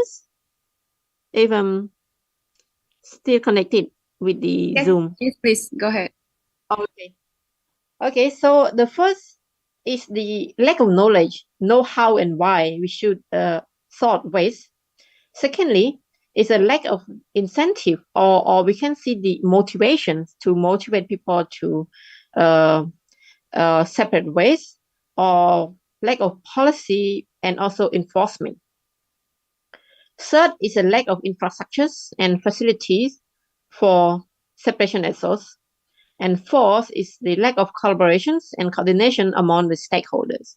So let me just go step one by one. How can we recommend and apply technology to help to tackle each of these issues? Well, so move to the first one, the lack of public awareness and motivation and responsibility for separation at source. So the possible solutions is to provide more education to the public on how to separate waste. So like I asked you just now, how many of you know how to separate waste? And I myself, I can say that I have very limited knowledge on how to separate waste because it's pretty much different from one country to other countries. And the application of waste separation, it will be depend on how they want to separate at the factories. So this should be designed, adapted to each country. Therefore, each people in their country should have specific education on how they should separate waste, how they should use bins in their areas, in their regions, and in their countries. Secondly, we should also educate people on why should they separate waste. Why should they separate their own waste? Because people normally don't do things that they don't understand why they should do it, right? And last but not least, we need to also educate them on the negative impact if they don't separate waste at source or if they don't participate in waste separation. So we can see through our research in some countries, they may use a kind of mobile applications. So using technology to help people to separate better waste. So those applications including trainings or some serious games. So that kind of games that help people to learn through playing. And the second point, the lack of incentive policies and enforcement for separation at source. So the first possible solution that we can propose here is to first have an incentivizing procedure or policies to encourage households to separate their waste. And secondly is to implement some kind of waste separation policy by providing some rewards, subsidize or discount for recyclable materials. And third is to enforce and enhance the implementation of waste management. And if the first and second solution cannot help, so the third solution may be to have some penalty or fine for those who do not comply on their waste sorting performance. Okay, so the third one is a lack of infrastructures and facility for separation at source. So in this case, the incorporations of a smart city that I've mentioned earlier during this conference would be help in waste management. For example, to implement smart bins or mobile app that allow people to locate it where is their waste bin and to manage or even optimize the waste collection process. So then the institution that will collect waste can perform it in a better performance with the help of the technology. Last but not least, the lack of cooperations and coordination of stakeholders. So normally, waste management is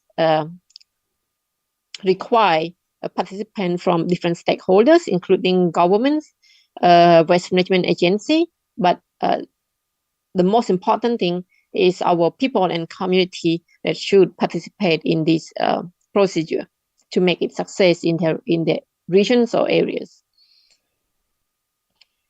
So these are some of our current work that we currently focus on 2 points. So first one is the separation at source. How can we use the technology to help people to separate their waste? And secondly is the separation factories that we aims to implement the robot and AI solutions to do the automatic waste management. I think I move to the next slide. Next one. Yes, sorry. Okay, so this is a few of our current work that I can highlight, but it's still an ongoing research and implementation, research and development project. that is conducted by our students. So it's still an ongoing project. So first, let's move to the next slide. So to help in this separation at source, our team has proposed two solutions. So first is to create a mobile application which will be linked to the smart bins. All right. So the smart bins is, can you move to the next slide?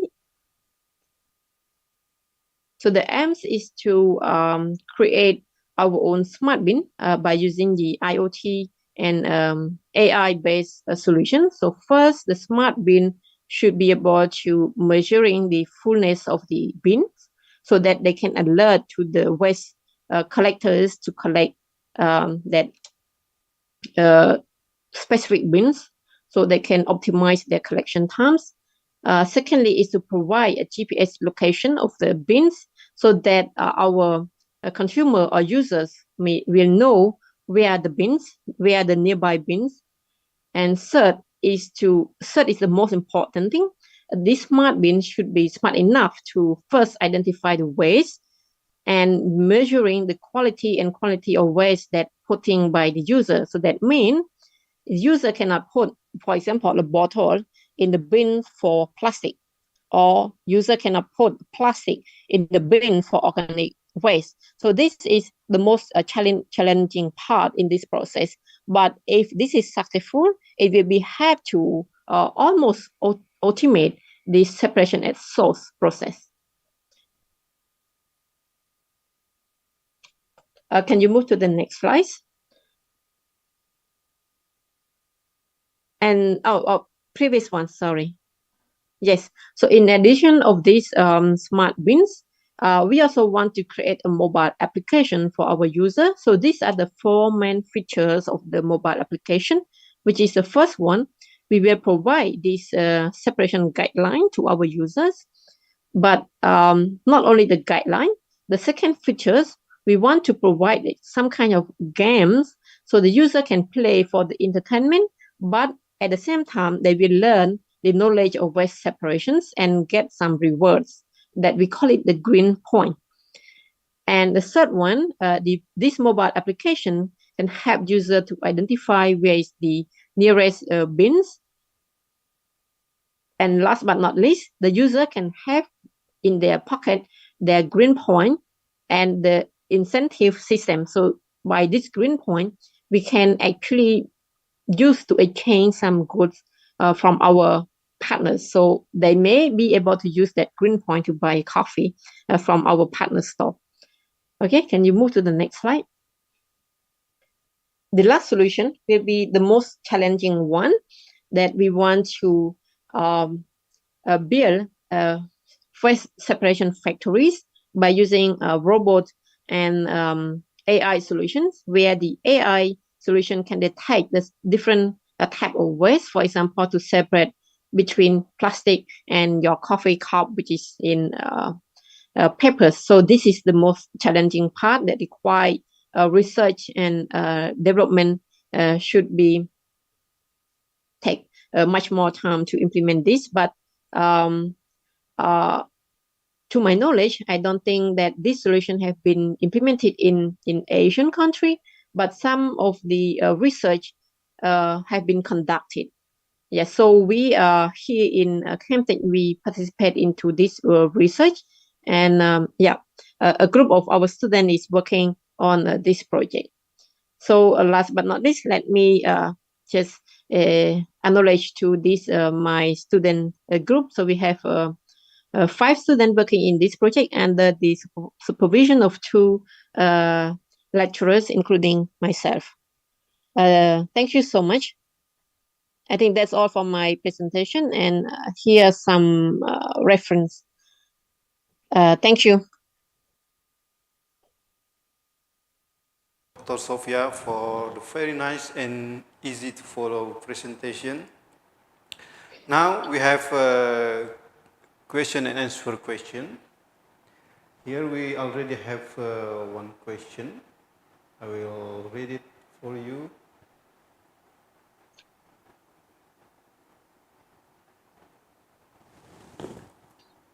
from Miss Yasmin. The question is how to effectively educate people to be more aware of domestic waste. Thank you. Okay, thank you so much. I think for waste management, especially in Asian country itself, the most challenging part is the participation from our people because of the lack of knowledge and awareness about this waste management.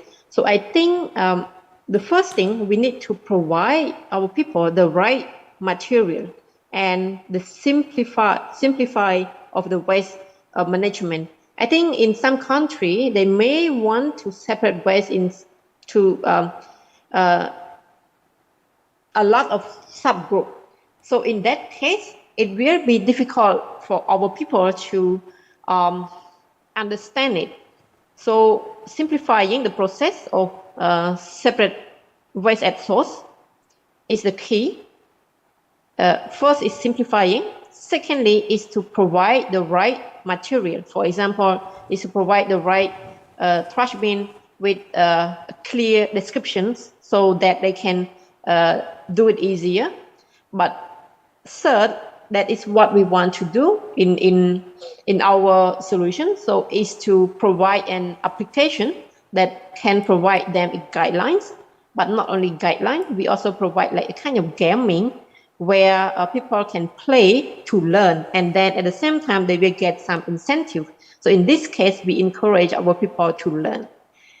Fourth, we try to implement this smart bin that be able to recognize different type of waste. So for example, people cannot put a plastic bottle into the bins that designed for glass bottle, for example. So on top of educated people, we can also use technology to help people to separate waste correctly. So that is our solution that we try to develop it currently at our university. So I hope this answer to your questions. Yeah, thank you, Dr. Sofia, for answering the questions. The next question is from Alit Merta Hayasa, student of University of Merdeka, Malang. The question is, how about the habit as well as culture of the people who always throw their garbage into drainage and water channel? How to change it? Yeah. Okay. I think the question is similar to the first questions. I do have a similar experience, for example, in the countryside in Cambodia, but I would say they have two main reasons for this. First, because they don't have a proper trash bin nearby their livelihood. Secondly, they simply don't know how to sort waste, and they don't have the awareness of the negative impact of throwing waste into the drainage. So the two solutions to solve this problem will be, first is to provide a trash bin in their livelihood. Secondly is to educate them. But the third one, which is I really want to avoid, if we can solve the problem with the first and second one. So the third one will be have this kind of policy and punishment. And technology may help into this by using smart city solutions with the cameras, so we can detect behaviors of people or even identify people, which is, I know that you may raise a concern about the privacy, but in some public areas, using smart city cameras can help to enforce the regulations of waste management. So that is a three solution, but personally, I would not prefer the third solution if the first and second solution can help. Yeah. Because punishment, it never been in my solutions. Yeah. Yes, thank you. Thank you. Yeah, so that's to encourage people to do the waste management. We have to educate people and also about policy and punishment. The next question is from Aisha. The question is, Indonesia has very big number of people. Can you suggest the most effective waste management? Do recycle, reuse, reduce can be applied in Indonesia? I think it's the same. Maybe you can answer, Dr. Sophia. Yes. Yes. I do understand. I think what you try to mention that Indonesia is a big country, so applying a rule and regulation will be very challenging. So in this case, I think the participation of different stakeholders, especially for the government and organizations and private sectors, is very important to raise the awareness of the 3R, like you mentioned.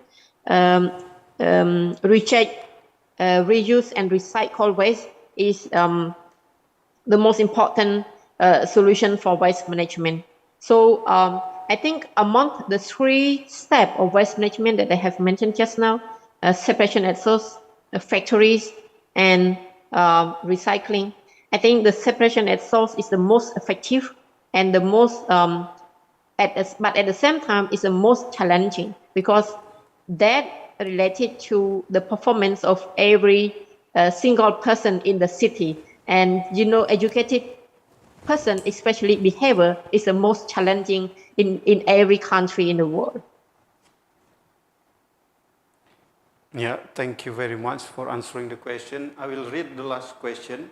Actually, we have another question here, but I will read one more question.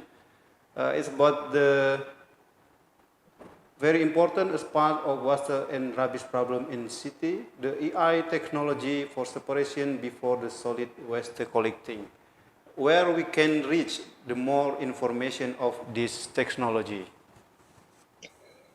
Well, so far through our research, they have a technology that can identify or recognize different kind of waste, but mostly they apply it in the factories. So because those solutions require a big computation powers.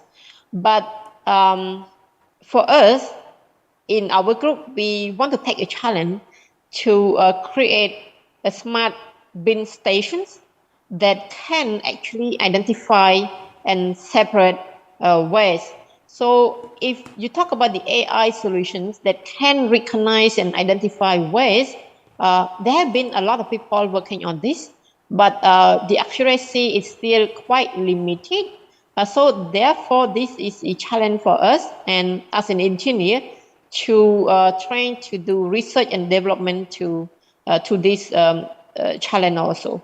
So get back to your question, if they have any AI solution that currently can separate waste at source, it's quite limited.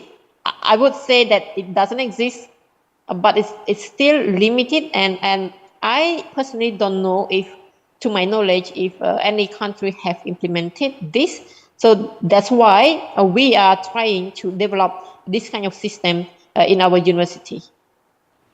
Yeah, thank you very much. So that the AI technology for the water collecting is still limited, and this Dr. Sophia is doing the project about this. Okay, I think we'll move to the next. Before we move, thank you, Dr. Sophia, for answering the question and the discussion today for the very interesting topic about waste management and solution based on artificial intelligence technology. As a token gratitude, please allow us to present the certificate of appreciation for Dr. Sophia.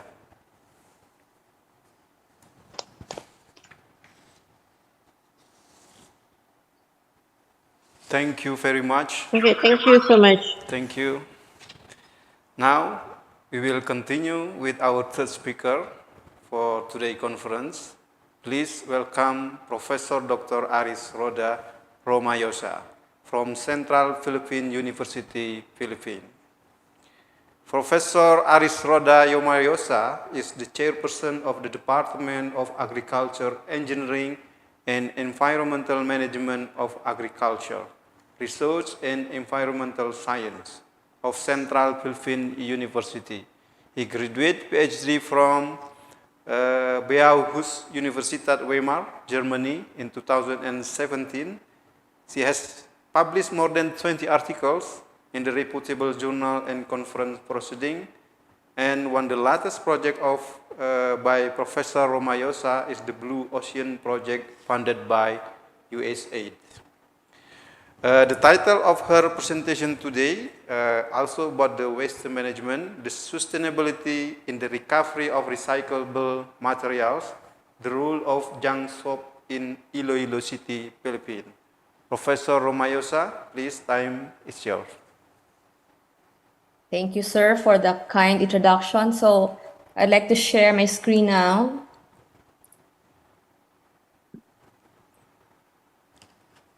Okay. So can you see my slides? Yes. Yeah. Okay. Yes. First and foremost, I'd like to thank once again the University of Merdeka, Malang for the opportunity to share. So this topic on sustainability in the recovery of recyclable materials, especially the role of junk shops in Iloilo City, Philippines, is one of the outputs of our Rethinking Plastics project.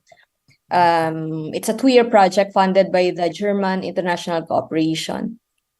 And also in line with what Dr. Prom's presentation a while ago, so this is also to answer, what are you going to do with the wastes once you know how to sort them?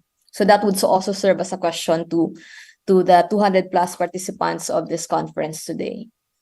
But before I jump fully to my presentation, I'd like to introduce a little about our university. So Central Philippine University is located in the central part of the Philippines. So we are a Christian university, and we were founded in 1905 by the American Baptist Foreign Missionary Society, and specifically, we are located in one of the oldest districts of the Philippines, Soharo. So if you have the opportunity later on to visit this part of the Philippines, you'd see here many colonial Spanish houses. So right now, our college students is about 10,830. And including the basic education, we have now reached our highest so far in the history of university. We are already 15,000 plus. So as a university, we offer basic education programs. We have undergraduate programs, graduate programs, and also we have affiliates in some universities in Korea, including this one in Indonesia, Vietnam. And many of our programs in university are accredited by the Philippine accrediting institutions. In addition, we are ISO certified in terms of quality management, and our autonomous status, which is a grant provided by one government agency in the Philippines, just ended this May, and we are also in the process of renewing our autonomous status. With an autonomy, it gives us university in the Philippines authority to also offer programs aligned to emerging issues right now, especially related to the environment. So my presentation today would actually be focusing on this one. I'll give you a little background of the legality of solid waste in the Philippines. So we have the solid waste management law and the new one, which I would also be relating later on to recycling. It's a new law. We call this the Extended Producer's Responsibility Law. And the meat of my presentation would be focusing on junk shops.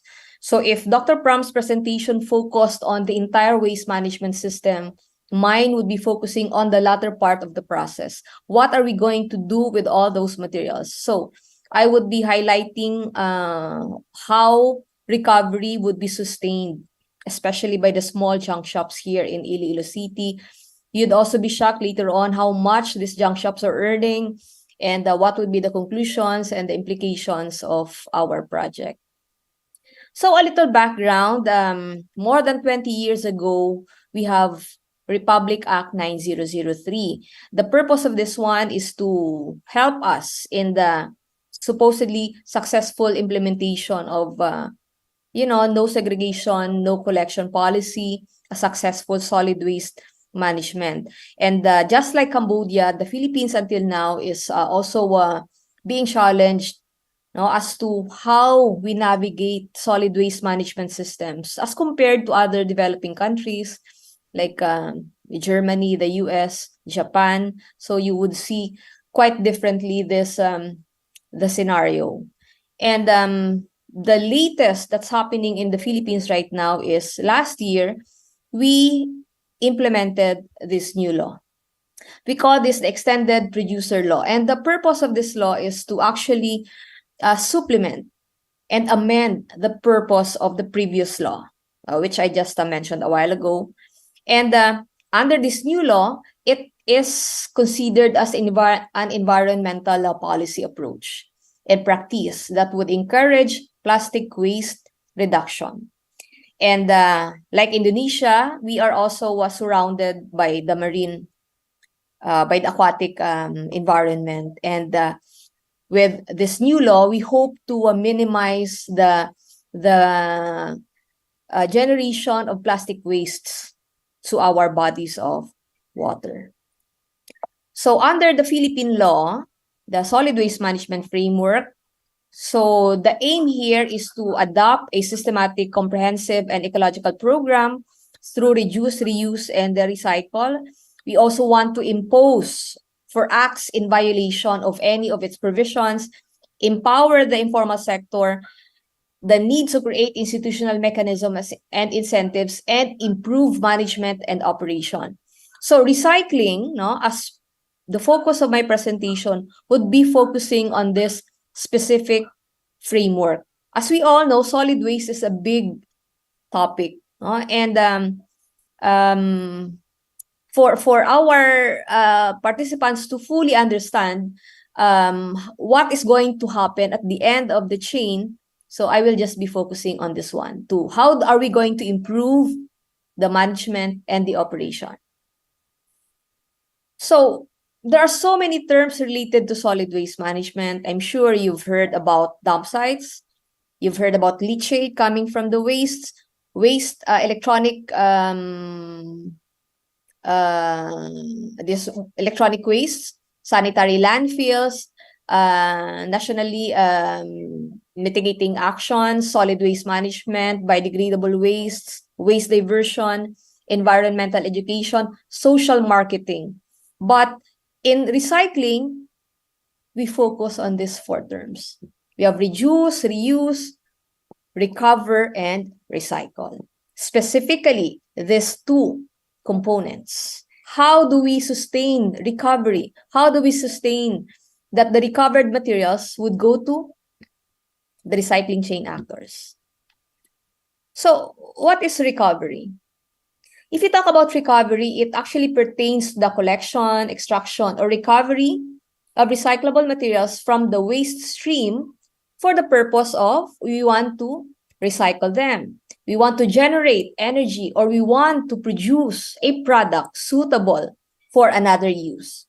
On the other hand, if you talk about recycling, it is actually a process of treating the wastes either as primary or to a secondary product, for the purpose that we want to transform them into a new product, let's say from paper to another product, or plastic to a polyester material, which could also be used as raw material for other production of other goods and services. But the question is, with the recovered materials and the recyclable materials, who will be responsible? Which part of the system? Who are the players to make sure they are properly recovered and recycled? And as defined in our Philippine law, recyclable wastes are any waste material retrieved from the waste stream and free from contamination that can still be converted into suitable, beneficial use or for other purposes, including but not limited to newspaper, you've heard of this, metals, whether ferrous or non-ferrous, scrap oil, corrugated papers, aluminum, glass, office paper, tin cans, and another emerging materials that may be considered later on as recyclable. And based on our project with the Rethinking Plastics, we're able to identify, based on the different stakeholders that we interviewed, that the process can be simplified as to waste generation, collection, processing, and disposal. In waste generation, the challenge here is, do we segregate after we generate our wastes? Now, assuming we segregate them, what will happen to these materials? So will they be collected by the eco-aids? Will they be collected directly by the city or by the university? Or will your city or our city is collected by the so-called private haulers? And then after collection, what are we going to do with these materials? So we need to process them because there's value in recyclables. And we need facilities such as, in the Philippines, we call them the materials recovery facilities. And the key role here would be the junk shops. So they have a big role as recycling chain actors. And then once we have processed them, what's left, the residuals, materials that cannot be recycled, that cannot be composted, should go to the sanitary landfills. So for the project, as I have mentioned, we are located here in this island, located on the western part of the Philippines. This is Panay Island. And we are located in the province of Iloilo. Iloilo City, where CPU belongs, is the capital city of our province. And as part of the project, we're able to actually involve 33 junk shops. And out of that 33 junk shops, 26 junk shops were surveyed for the baseline data. So the data that I would be presenting after this slide would come from the 26 junk shops scattered all over the city. And then 7 of these junk shops were non-surveyed. They participated during the focus group discussions. And interesting also to know is that 25 junk shops that participated in the business forum, out of that number, 72% have business permits, meaning they are legally operating, while the others are only DTI registered. So, in Iloilo, we have 7 districts. And out of the 7 districts, we're able to interview, get baseline data to the 6 different districts out of the 7. So these are the different junk shops. And Mandurriao has the most number because this is also where the sanitary landfill of the city is located. And then we conducted business forum with the junk shop stakeholders. We were able to identify 3 junk shops who later on are now part of the Solid Waste Management Board of the city. As part of the project, we're able to identify, out of the 26 junk shops that we interviewed, 3 of them are now part of the Solid Waste Board, which is very important. They have a key role. We want to capacitate them. We want them to have a voice in the policy making of Iloilo City. And I'd like to share, I don't know if it has similarities in Indonesia, but these are some of the appearance of the junk shops located in our city. If you would notice, many of these junk shops, they place their materials outside, which is not good for a highly urbanized city like us. So they are not regulated as to the way they operate. So that is one challenge, for the recycling chain actor of our city. In addition, these are some of the pictures also. So there are those that operate small, such as this one. There are those that are frequently parked with the bigger vehicles because of the volume of the materials that they can also recover and haul later on in different parts of the country. So, you would see how they are placed. And if we talk about here, sanitation, if we talk about safety, so that's the challenge. You would see different materials placed outside. This is one of the bigger roads in Iloilo City, and you would see the materials, they are just there. So this is the scenario of the recycling chain in Iloilo City. And what have we found out about the study? So we're able to survey 26. 6 out of the 7 districts of Iloilo were covered from the study. And many of the respondents that we interviewed were either owners or managers of the junk shops. They've been operating from 1 to 15 years. No, there's one junk shop which started operating during COVID time. Others, they've been there for more than 40 years. And this one, newly opened during COVID times. They operate Monday to Saturday. They operate more than 8 hours a day, from 7 to 10. And there are also female workers in junk shops. For the size, not so big. Others could operate in a very small area, like 50 square meters only. Others could operate, they have a space, rented. Others are owning it, 1,000 square meters. They are made of light materials like wood, plywood specifically, and other portions of the building are also made of concrete. And during when I was interviewing them, they have no association memberships. So they have no affiliates. Nobody guides them. Nobody capacitates them. Nobody teaches them how to properly operate. So that has been the challenge. And based on the results of our study, this is very interesting. This one came out. There is price negotiation. Say, for example, if a small household or a school or a hospital would bring their recyclables to a junk shop directly, they could negotiate as to the pricing. So there's no fixed price in here. They can just talk, depending on the volume of the materials that you would be bringing into the junk shop. So you could demand a good price if you think you could give them good volume of recyclables on a regular basis. So after price negotiation, there's weighing, of course, there's payment, and then bagging, storage of the materials.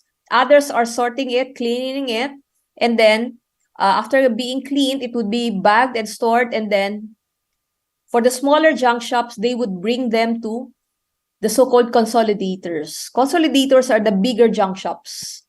They have the means to bring these materials to Manila, parts of Mindanao, or even parts of Cebu. There's even one junk shop who has the means to bring these materials directly to China. And then for the rejects, it could go straight to the transport process, and then it goes to the sanitary landfill. So this is the summary of the operation of the 26 junk shops that we interviewed. And then let's see what's the quality and the value of the materials that they were able to recover. So in the Philippines, we have 5 or 6 classifications of recyclables. We have papers, plastics, PET, HDPE, LDPE, polypropylene, polystyrene, glass.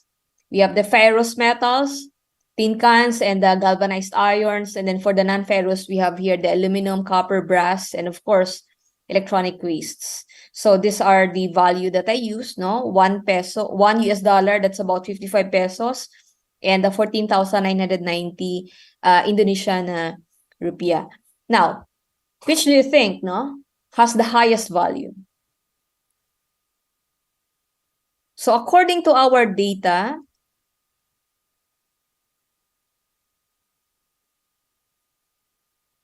metals, ferrous metals especially, generates about 8.3 million pesos, or that's $150,000. This is on a per month value. So after the ferrous metals, it's followed by the non-ferrous metals like our aluminum, copper, brass, followed by our plastic wastes at $57,908 US dollars, and then followed by paper wastes. So For the whole month, it was estimated to generate 1.5 million kilograms of recyclable wastes and 115,470 pieces of glass, totaling to a value of, that's about 18.7 million pesos or 338,400. So there's really value in recyclables. So with these materials, these small junk shops and consolidators in Iloilo City, they bring their waste to the next level actors. So we also have other bigger junk shops in Iloilo City, also of the province of Iloilo, Antique, Manila, Laguna, Cavite, Cebu, Cagayan. So this is the next area where they deliver their wastes for next level recycling process. And when I analyze the data further, now with all these recyclable materials that the junk shops were able to recover, it is actually only 10.65% of the Iloilo City's entire waste generation. So initially, before I was able to analyze further, I thought that could reach up to 25%, but it's only 10.65%. So if you think about it, 10.65% is not so significant in waste management. So the question would be, how are we going to increase the percentage of recyclable wastes that the junk shops could recover? So it would always go back to household level. We have to really segregate. So I would always go back also to the question of Professor Prom, we need to know how to sort wastes. We need to know which of the materials that we generate has a lot of value so that we could bring them properly to the next level chain, which are the junk shops. Now, what about plastics specifically? So plastics are classified as PET, HDPE, PVC, low-density polyethylene, polypropylene, polystyrene, and mixed wastes, mixed aggregates, I mean. Let's see which of these plastic wastes generated a lot or more value from the junk shops. So based on the results of our project, it was found out that the HDPEs, or the hard plastics like our detergent bottles, the milk jugs, the crates that we use for packaging, it has the highest value. That's roughly 110,000 kilograms per month with a value of 1.9 million pesos, or that's about 34,000 US dollars. Followed by our low-density polyethylene plastics. The problem in marine litter right now, the so-called LDPE. We use them. They are our grocery bags. They are our plastic covers. And we generate a lot of this in Iloilo. Followed by PET from our drinking bottles. We have also generated lots of PP, polypropylene bottle cups, like from our soft drinks, from our drinking straws, bumpers of cars. They are PPs, including polystyrene. So these are the the different plastics that have been recovered by our junk shops, and they entail lots of economic value. Total plastics, that's 310,325 kilograms with a value of 57,908 US dollars. So these are the different plastics that the junk shops are actually recovering in Iloilo. They actually recover all of the different types or the different classifications of plastics, but many have been recovered from this type of plastics. And if I would align this to the Sustainable Development Goals, what are the goals that were addressed by junk shops in waste recovery? So it could address no poverty, including zero hunger. When these people, key players, have jobs, so they would be able to provide food for their family, leading to no poverty. They have employment. What else? If these junk shops, well, there are junk shops that operates they have good operating practices. They could provide good, decent work, and they also generate economic growth, especially for our city, because they are also operating legally. They have business identities. Another goal that is addressed by junk shops in waste recovery would be creating. It helps us in Iloilo City, the role, of junk shops leads to Iloilo City as a sustainable city and community, including addressing climate action. So because of junk shops, because of this business entities that would have the means to buy those materials, it would also limit people, especially the informal sector, burning their materials in open dump sites. So that is one key issue related to the Sustainable Development Goal addressed by our junk shops. And in conclusion, including our recommendations, achievement of sustainability in the sector of waste management involves the integration of the relevant stakeholders. If we talk about integration, you place them in the different waste management system because they have a critical role in the recovery of valuable waste materials. Without the junk shops, I don't think we'd be able to recover valuable materials, especially for countries like Indonesia, Cambodia, the Philippines. We want to recognize their efforts in solid waste management. That is why in Iloilo City, they were given a voice. They are now members of the Solid Waste Management Board of Iloilo City, and they have proven that they could generate lots of money.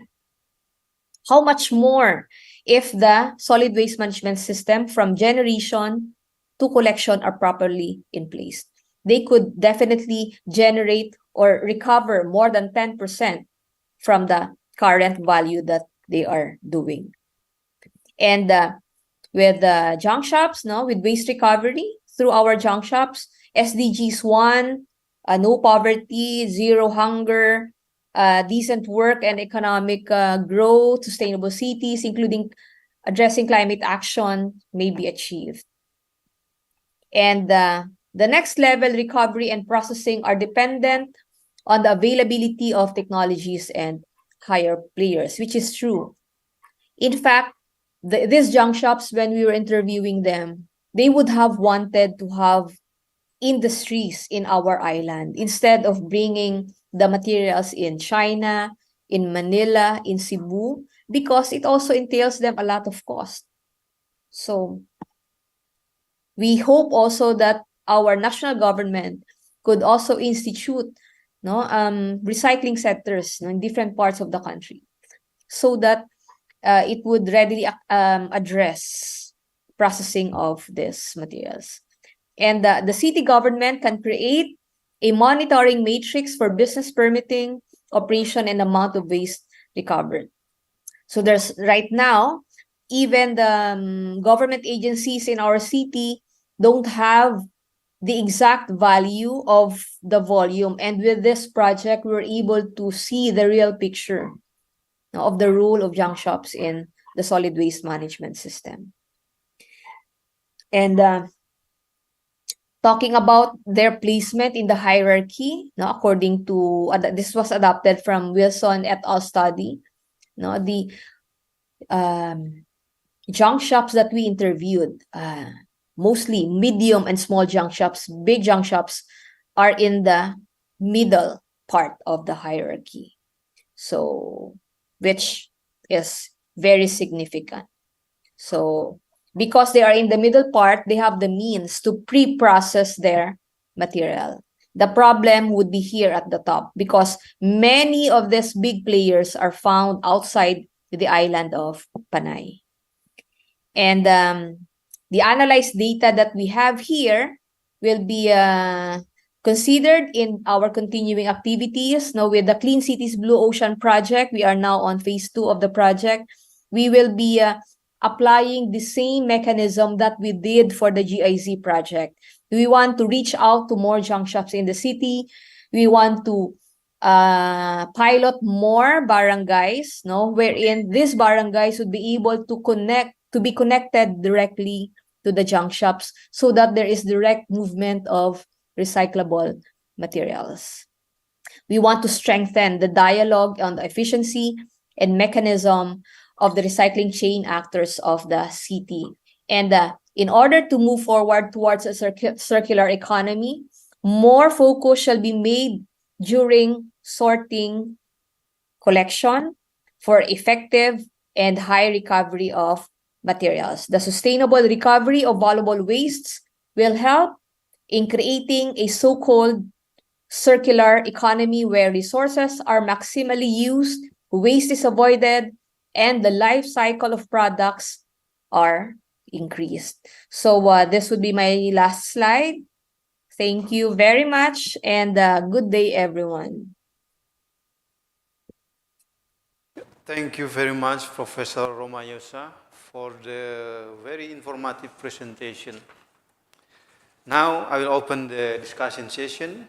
Please, you can ask your question directly, or you can type your question in the chat box.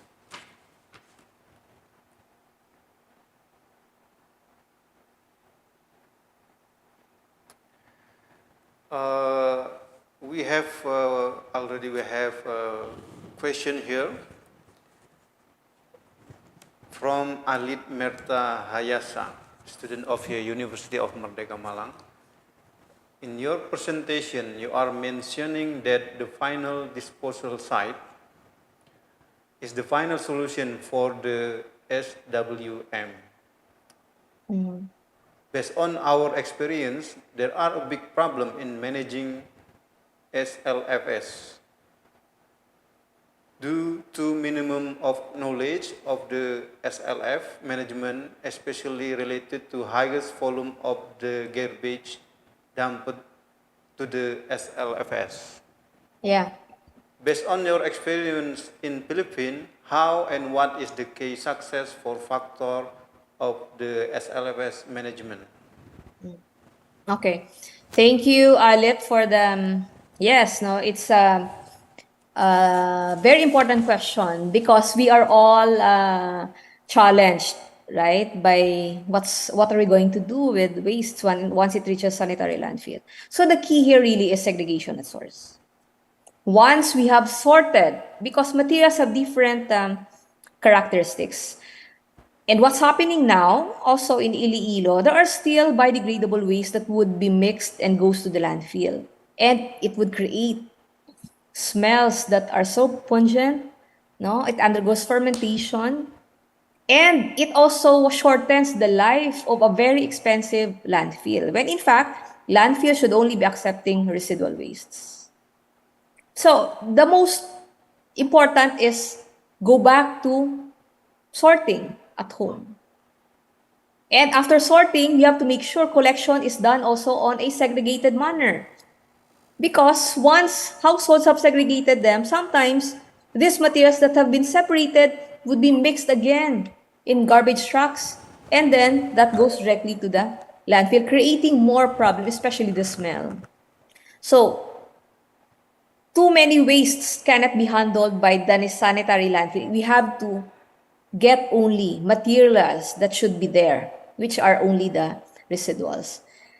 And I'd like to read, since I could also access the question, how effective is government policy? In unused plastics. Now in our city, we have already ordinances, especially for the banning, or not really banning, but the regulation of the use of the so-called single-use plastics. So the city is banning single-use plastics. We want to make sure that the plastics are the so-called biodegradable, so that once it reaches to landfills, they would disintegrate hastily as compared to other types of plastics. So for the policy, not so much successful, but with the APR law now, which was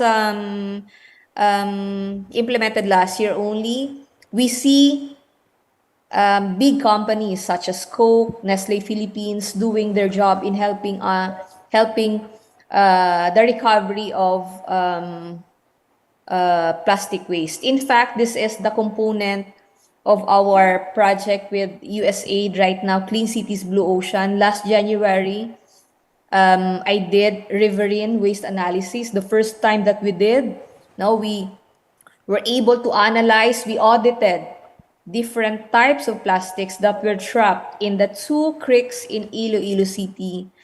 And I tell you, big companies are, well, their materials are there.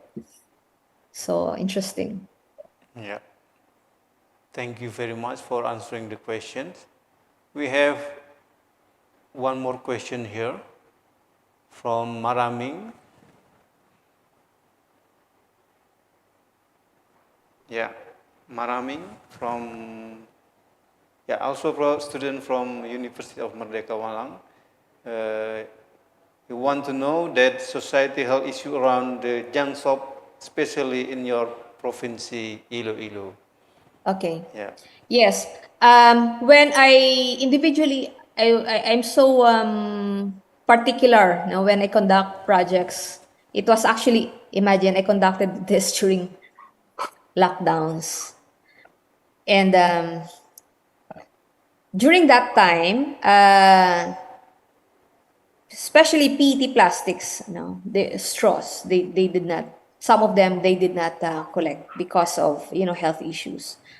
But results of the study show that minimized accidents happened in the area. But if you want to know about the use of PPEs, well, I could say they don't use gloves at all. They don't use masks. So if we talk about health issue, so they are very exposed to health issues.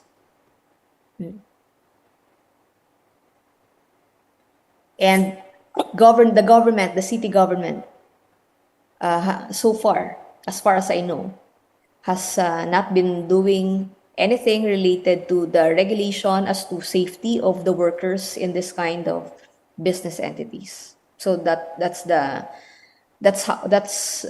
what's happening in the junk shops. They play a role in the recovery. Unfortunately, the owners, they don't reprimand workers who are not properly equipped, such as wearing of PPEs when operating. They don't wear masks, they don't wear gloves, they don't wear boots in operation, exposing them to hazards.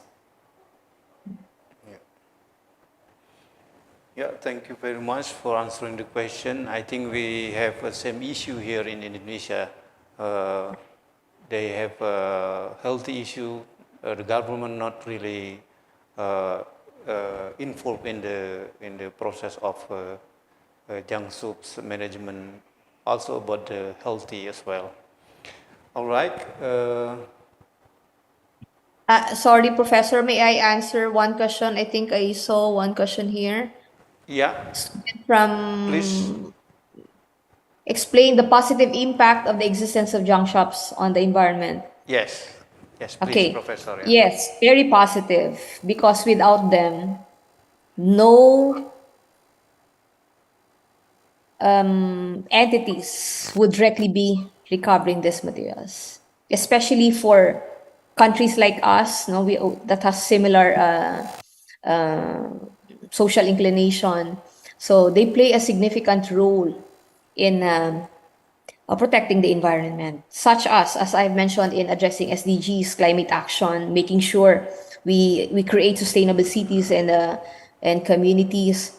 So they play a role in making sure many of these materials would not end up in bodies of water, such as creeks leading to big rivers, ending up in marine environment.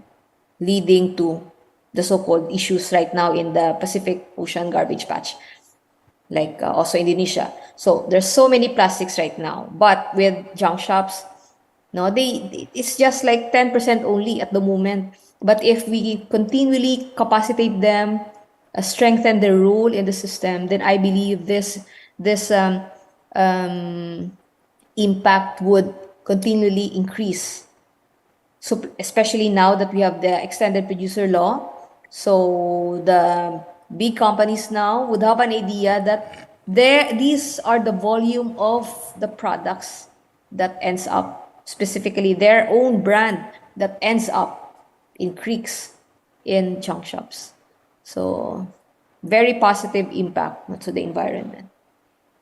Yeah.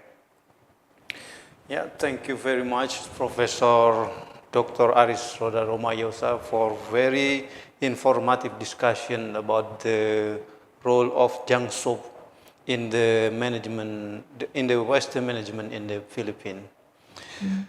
Thank you. Please let us present the certificate of appreciation to Professor Roda Romayosa.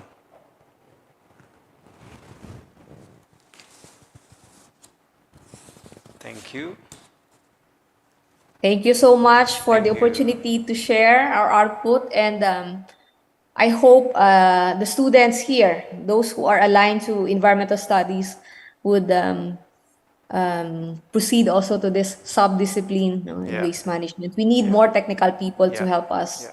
make Yes. sure that the environment that we live in is safe and sound. So thank you, everyone, and hope to see you in the next, probably in other conferences abroad later on. Yeah, God thank you. bless. Thank you again, Professor. Now we move to the final speaker. I would like to introduce our last but not least speaker, Dr. Sukardi, MSc from University of Merdeka, Malang. Dr. Sukardi is the Vice Rector of Academic Affairs at University of Merdeka, Malang. He is a lecturer in the Faculty of Social Science at University of Merdeka, Malang, and he already written over 15 articles focusing on good governance and government policy. The title of Dr. Sukardi presentation today is Transformative Government in the Higher Education. Dr. Sukardi, please, time is yours. Thank you, Pak Untung, for your time. Become the last speakers in academic forums, not easy, because all of you have tired already, and I have to put in other words and have to special effort to become this discussion mostly comfortable. Could you help me to share my material to Andini?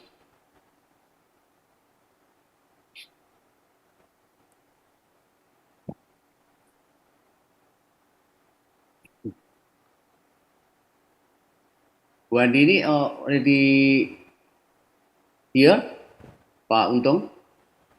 Or Yes, I sir. have to, For a moment. could you share my material, Bu Andini?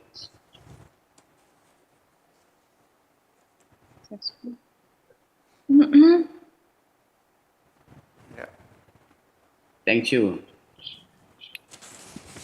I have to share some my experience in conducting special program in education matter concerning MPKM. This material is different with as Professor Porwo presenting in here. Professor Porwo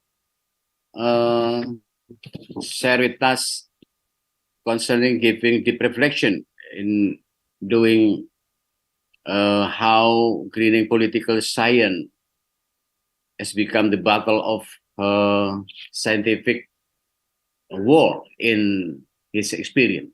And the Dr. Sophia also very important thing about inspiration work, waste management, and the last, Dr. Aris Roda, assisting Ojang Sop in the environment management in Philippines. And here, I would like to share with you a special program in Mr. Higher Education in Indonesia concerning MBKM. As we have known, in Indonesia, government policy concerning Merdeka Belajar or Merdeka Learning Campus Merdeka program since 2020 is a way through to direction of Indonesia higher education, which from time to time is always failure, especially in bringing the benefit of education close to the market. And why the MBKM as a new approach is very important? Because since 2020 period, higher education in Indonesia has received a new policies initiated by Minister of Education Nadiem Makarim, who has no strong academic background, and he introduced some program which are giving more open to university, to giving opportunity student to study in the out of campus and the other department in the same campus or the other campus. Yeah, I think the program MBKM according in Indonesia, whether some rector also reject the program, but as a national program, every campus cannot be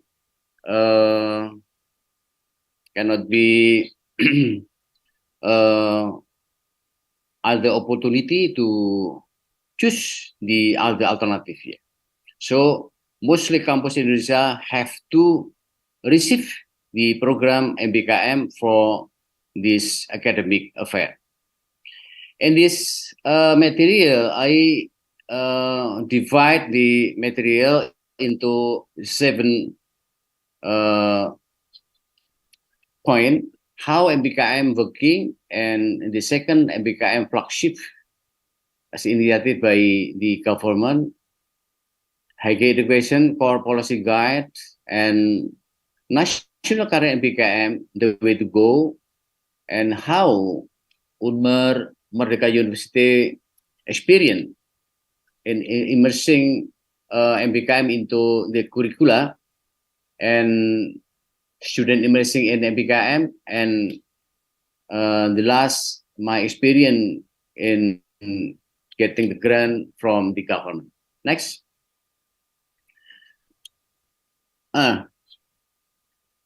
As national program in MBKM, MBKM as independent campuses policy issues by the Ministry of Education Culture by giving right to students to take course outside the study program for 1 semester, activities outside college for 2 semesters. So the student looking for other experience in outside the department.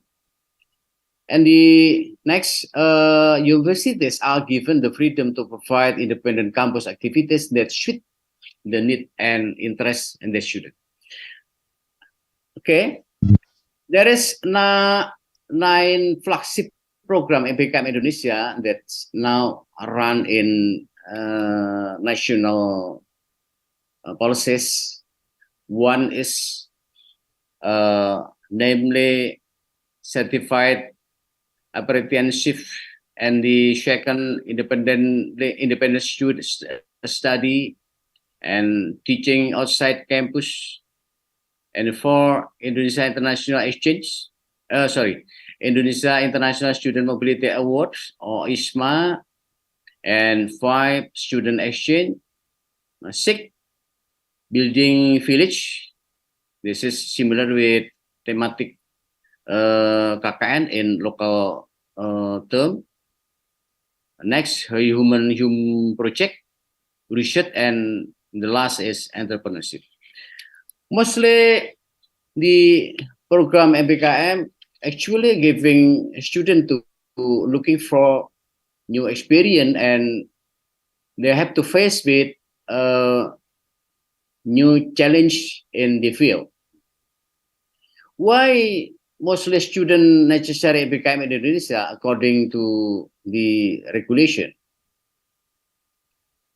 Because the MBKM giving student experience or practical activities in the field that will be converted into credit in a similar with recognition their experience. And the second, exploration of knowledge and skill in the field for more than one semester. This is very important for student in sharing exploration knowledge in the other department or the other campus. According some student become a new experience and very interest. They very interest to involve in that activities. And the next, learn and expand your network outside your study program or home campus. And the ultimate goal of the activities in MBKM is gain knowledge directly from quality and reputable partner. I think mostly students to getting knowledge directly from the quality and reputable partner. Some students also getting job after they finish this study in from the other institution which they have passed MBKM. Next slide. This profile explain us that in national policy Indonesia there is a main indicator which become the goal of our performance. It's named main performance which every campus have to reach in each indicator. Next, there is many survey have been conducted by the government that show us that existing of MBKM is become a positive policy according some leaders of the campus and including students in around Indonesia. According them, that MBKM program is very beneficiary for the student and for the campus because they student or the lecturer have opportunity to get a new experience in the other institution and getting the opportunity to doing project together to reach reputation in each institution. Next. This one, how the opinion of the student and the lecturer according concerning MBKM. Yeah. Mostly university lecturer and student are happy with existing of MBKM in as a new policies in higher education. Next. And then still similar as far with response for the MBKM. This indicate us that mostly participant in MBKM is become popular in Indonesia. Next. This is point how Merdeka University experience concerning doing MBKM. As we have no mostly rector from Indonesia actually reject with MBKM because and the MBKM regulation department should be accepted or recognition the point of semester credit into the curricula. This recognition, some cases, is not relevant with the curricula of the institution or the department. And because every activities at BKM have to accept it similar with 20 point credit, and some department are not happy with that. So many department in mostly University Indonesia are not happy with the MBKM program, but they cannot reject the policy. Okay, and the experience from the Universitas Merdeka, we have beside have to set up the part of the organization special for the MBKM. Also, we have to provide the funding to provide the funding for the student and or lecturer as they go to the university or the other department in the outer island of Java, and we have called MBKM Mandiri or the non-flagship. Yeah. And MBKM Mandiri or non-flagship completely provided by the funding provided by our university. This very costly. Next. Now, student immersing in MBKM flagship in experience in Merdeka University. Up till now, we have reached at 4.3% student. We have around student at 12,000, and the amount of student in participation in that activity, the only 521 students. So similar with 4.3%. Still very low, as not ideal this point. Yeah. Next. Student exchange, we have reached the exchange from the Kanazawa University for students exchange program from Kanazawa also in the next year in 2022 one student, and the 2023 we have 4 students in Kanazawa, also in Nusa Putra. This is program outbound program which giving opportunity to student to become member at the other university. Next. I have identified the current challenges and UNMER policy accession MBKM.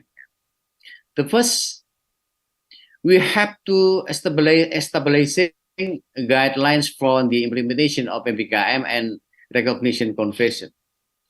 This one is mostly become the crucial program in university in Indonesia, including in many departments.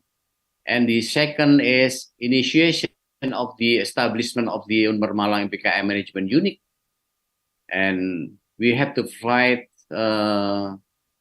budget in the next integrating Syakat academic information system UNMER Malang with the MBKM information system in a national network. And massive implementation of MBKM non-flagship or non-state policies has become the main program, but we have faced with crucial financial supporting.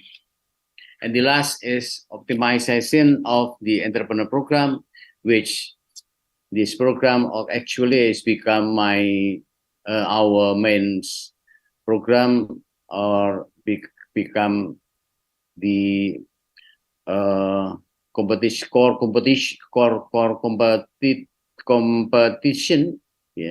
for the all students. And the next, now this one is current activities which provided by my university, and we have some regulation and the legal basis for MBKM activities. This regulation become one of the important thing in the execution of MBKM in campus. Next.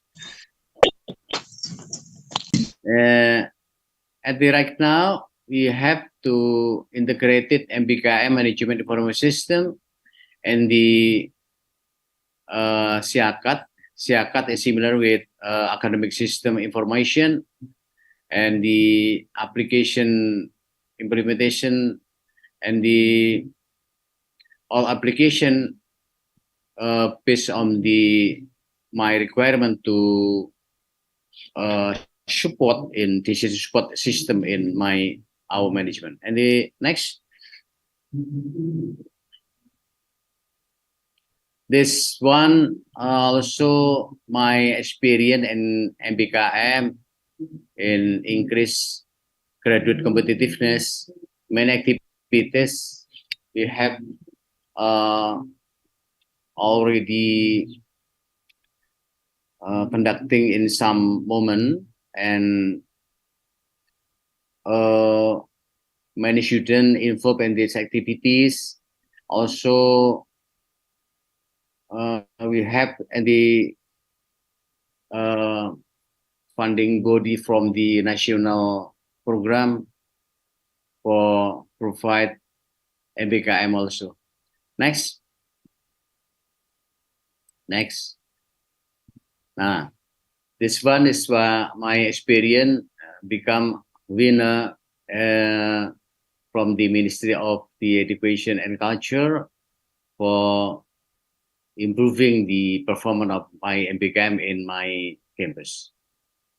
Thank you very much for us. Then thank you.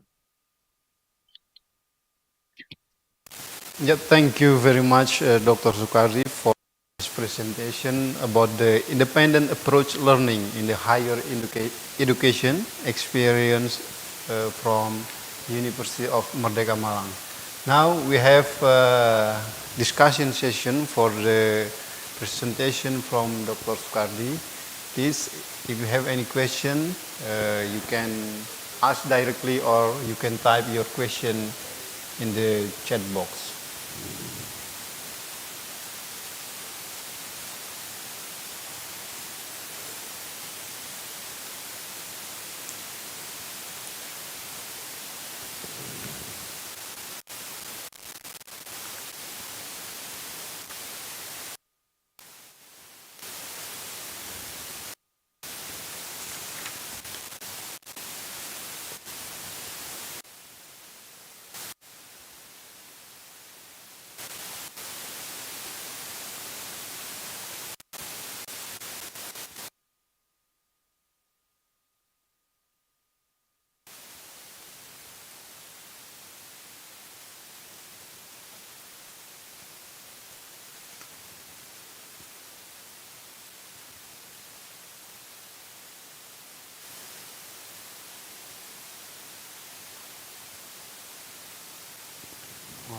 Do you have any question?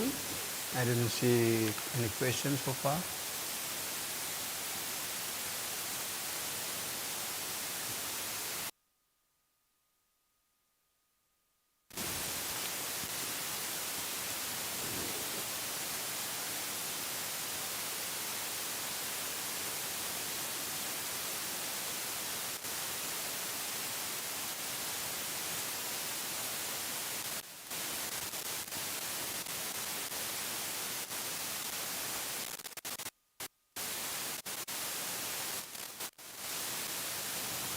Yeah, maybe I have one question for Dr. Sukardi regarding the MBKM that you already apply in the University of Merdeka Malang. Do you have any obstacle when you apply this program in this university? Maybe you can share your experience when you apply this program, and maybe you have any issue that need to be addressed. Thank you, Pak Untung. Yes, right. The resistance of the MBKM from the university level, actually, we can handle. But in some cases, the resistance to implementation of MBKM is come from the department level, because they're not agree with the transfer mechanism system, the recognition system. They're not happy with MBKM as outside activity in the out of university or the out of the department. Is not relevant with the curricula which own with the such department. So for the problem, we have to discuss with head of the department to come to agree with many point. We can accept it as a credit, and the others not accepted as credit. So we cannot fully accept it at the 20 credit. But in the cases of the Merdeka University, until now, university not allowed to reject the MBKM. Yeah. But the department have to decide to the student that they have got the qualification with requirement in the department. So for the cases, I have to giving the authority to the department to decide the best for the student and the best for the program. And the second problem is the MBKM up till now is become exclusive program, which in some cases not in line with the timeline of the academic schedule. Yeah. So, and the problem is the national program have to synchronize with the campus program, especially in the timeline and the schedule. And the last problem, actually, MBKM is ideally is very good, but in the technically is mostly university or the department is not happy with this one. I think we have to improving forever the program, and we have to mostly discussing in here with the evidence during the program is implementation in the field. Thank you, Pak Untung. Thank you very much, Dr. Sukardi, for answering the question so that the most obstacle is resistant to the new policy about the transformation about the independent approach learning in the higher education. Thank you very much, Dr. Sukardi. Please let us present the certificate of appreciation to Dr. Sukardi.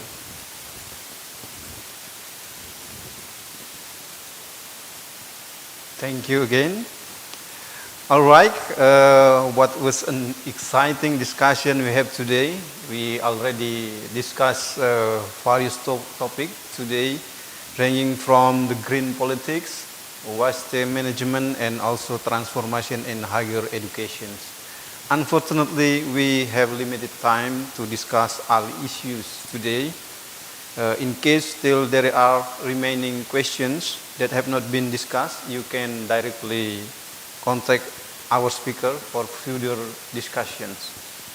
Thank you, Professor Muhammad Tito Karnevian, PhD, Dr. Sukardi, MSc, Professor Dr. Andes Purwo Santoso, Professor Dr. Aris Roda Romayosa, and Dr. Sophia Pram, PhD, for sharing your knowledge today. I believe we all learned so much from today's conference on the topic of sustainable, innovative, green economy, social issue, and legal policy. Once again, thank you. Now I will give the forum back to our master ceremony, Ms. Ornelia.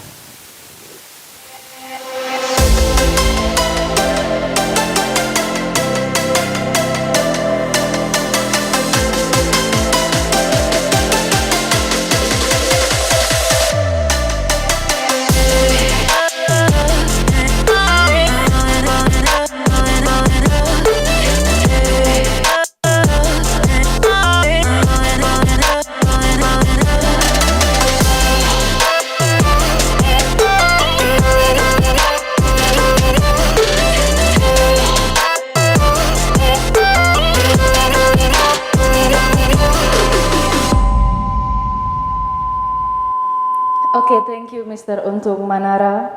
Ladies and gentlemen, finally we have come to the end of today's event. We would like to express our appreciation to all of the honorable guests and participants from Indonesia, Malaysia, Cambodia, Thailand, Bangladesh, and Russia for contributing to the success of the 4th International Conference in Social Science 2023. We also would like to thank all our co-hosts. Our thanks to ISIC Rajamangala Technology University, Thailand, Rangsit University, Thailand, Rajshahi University, Bangladesh, Cambodia Technology and Science University, Cambodia, Central Philippine University, Philippines, Rizal Technological University, Philippines, STIE Indonesia Banjarmasin, STIE Jambatan Bulan Timika, Papua, Universitas Hang Tuah, Surabaya, Universitas Matana, Banten, Universitas Prima Graha, Serang, Banten. I am very grateful to all guests and participants for their attention during the 2 days of this international conference. And last, I am Ornelia Prastyasari. I wish you a great day and see you again next year. Wassalamualaikum warahmatullahi wabarakatuh. Shalom, Om Santi Santi Om, Namo Buddhaya, Salam Kebajikan. Good afternoon and goodbye.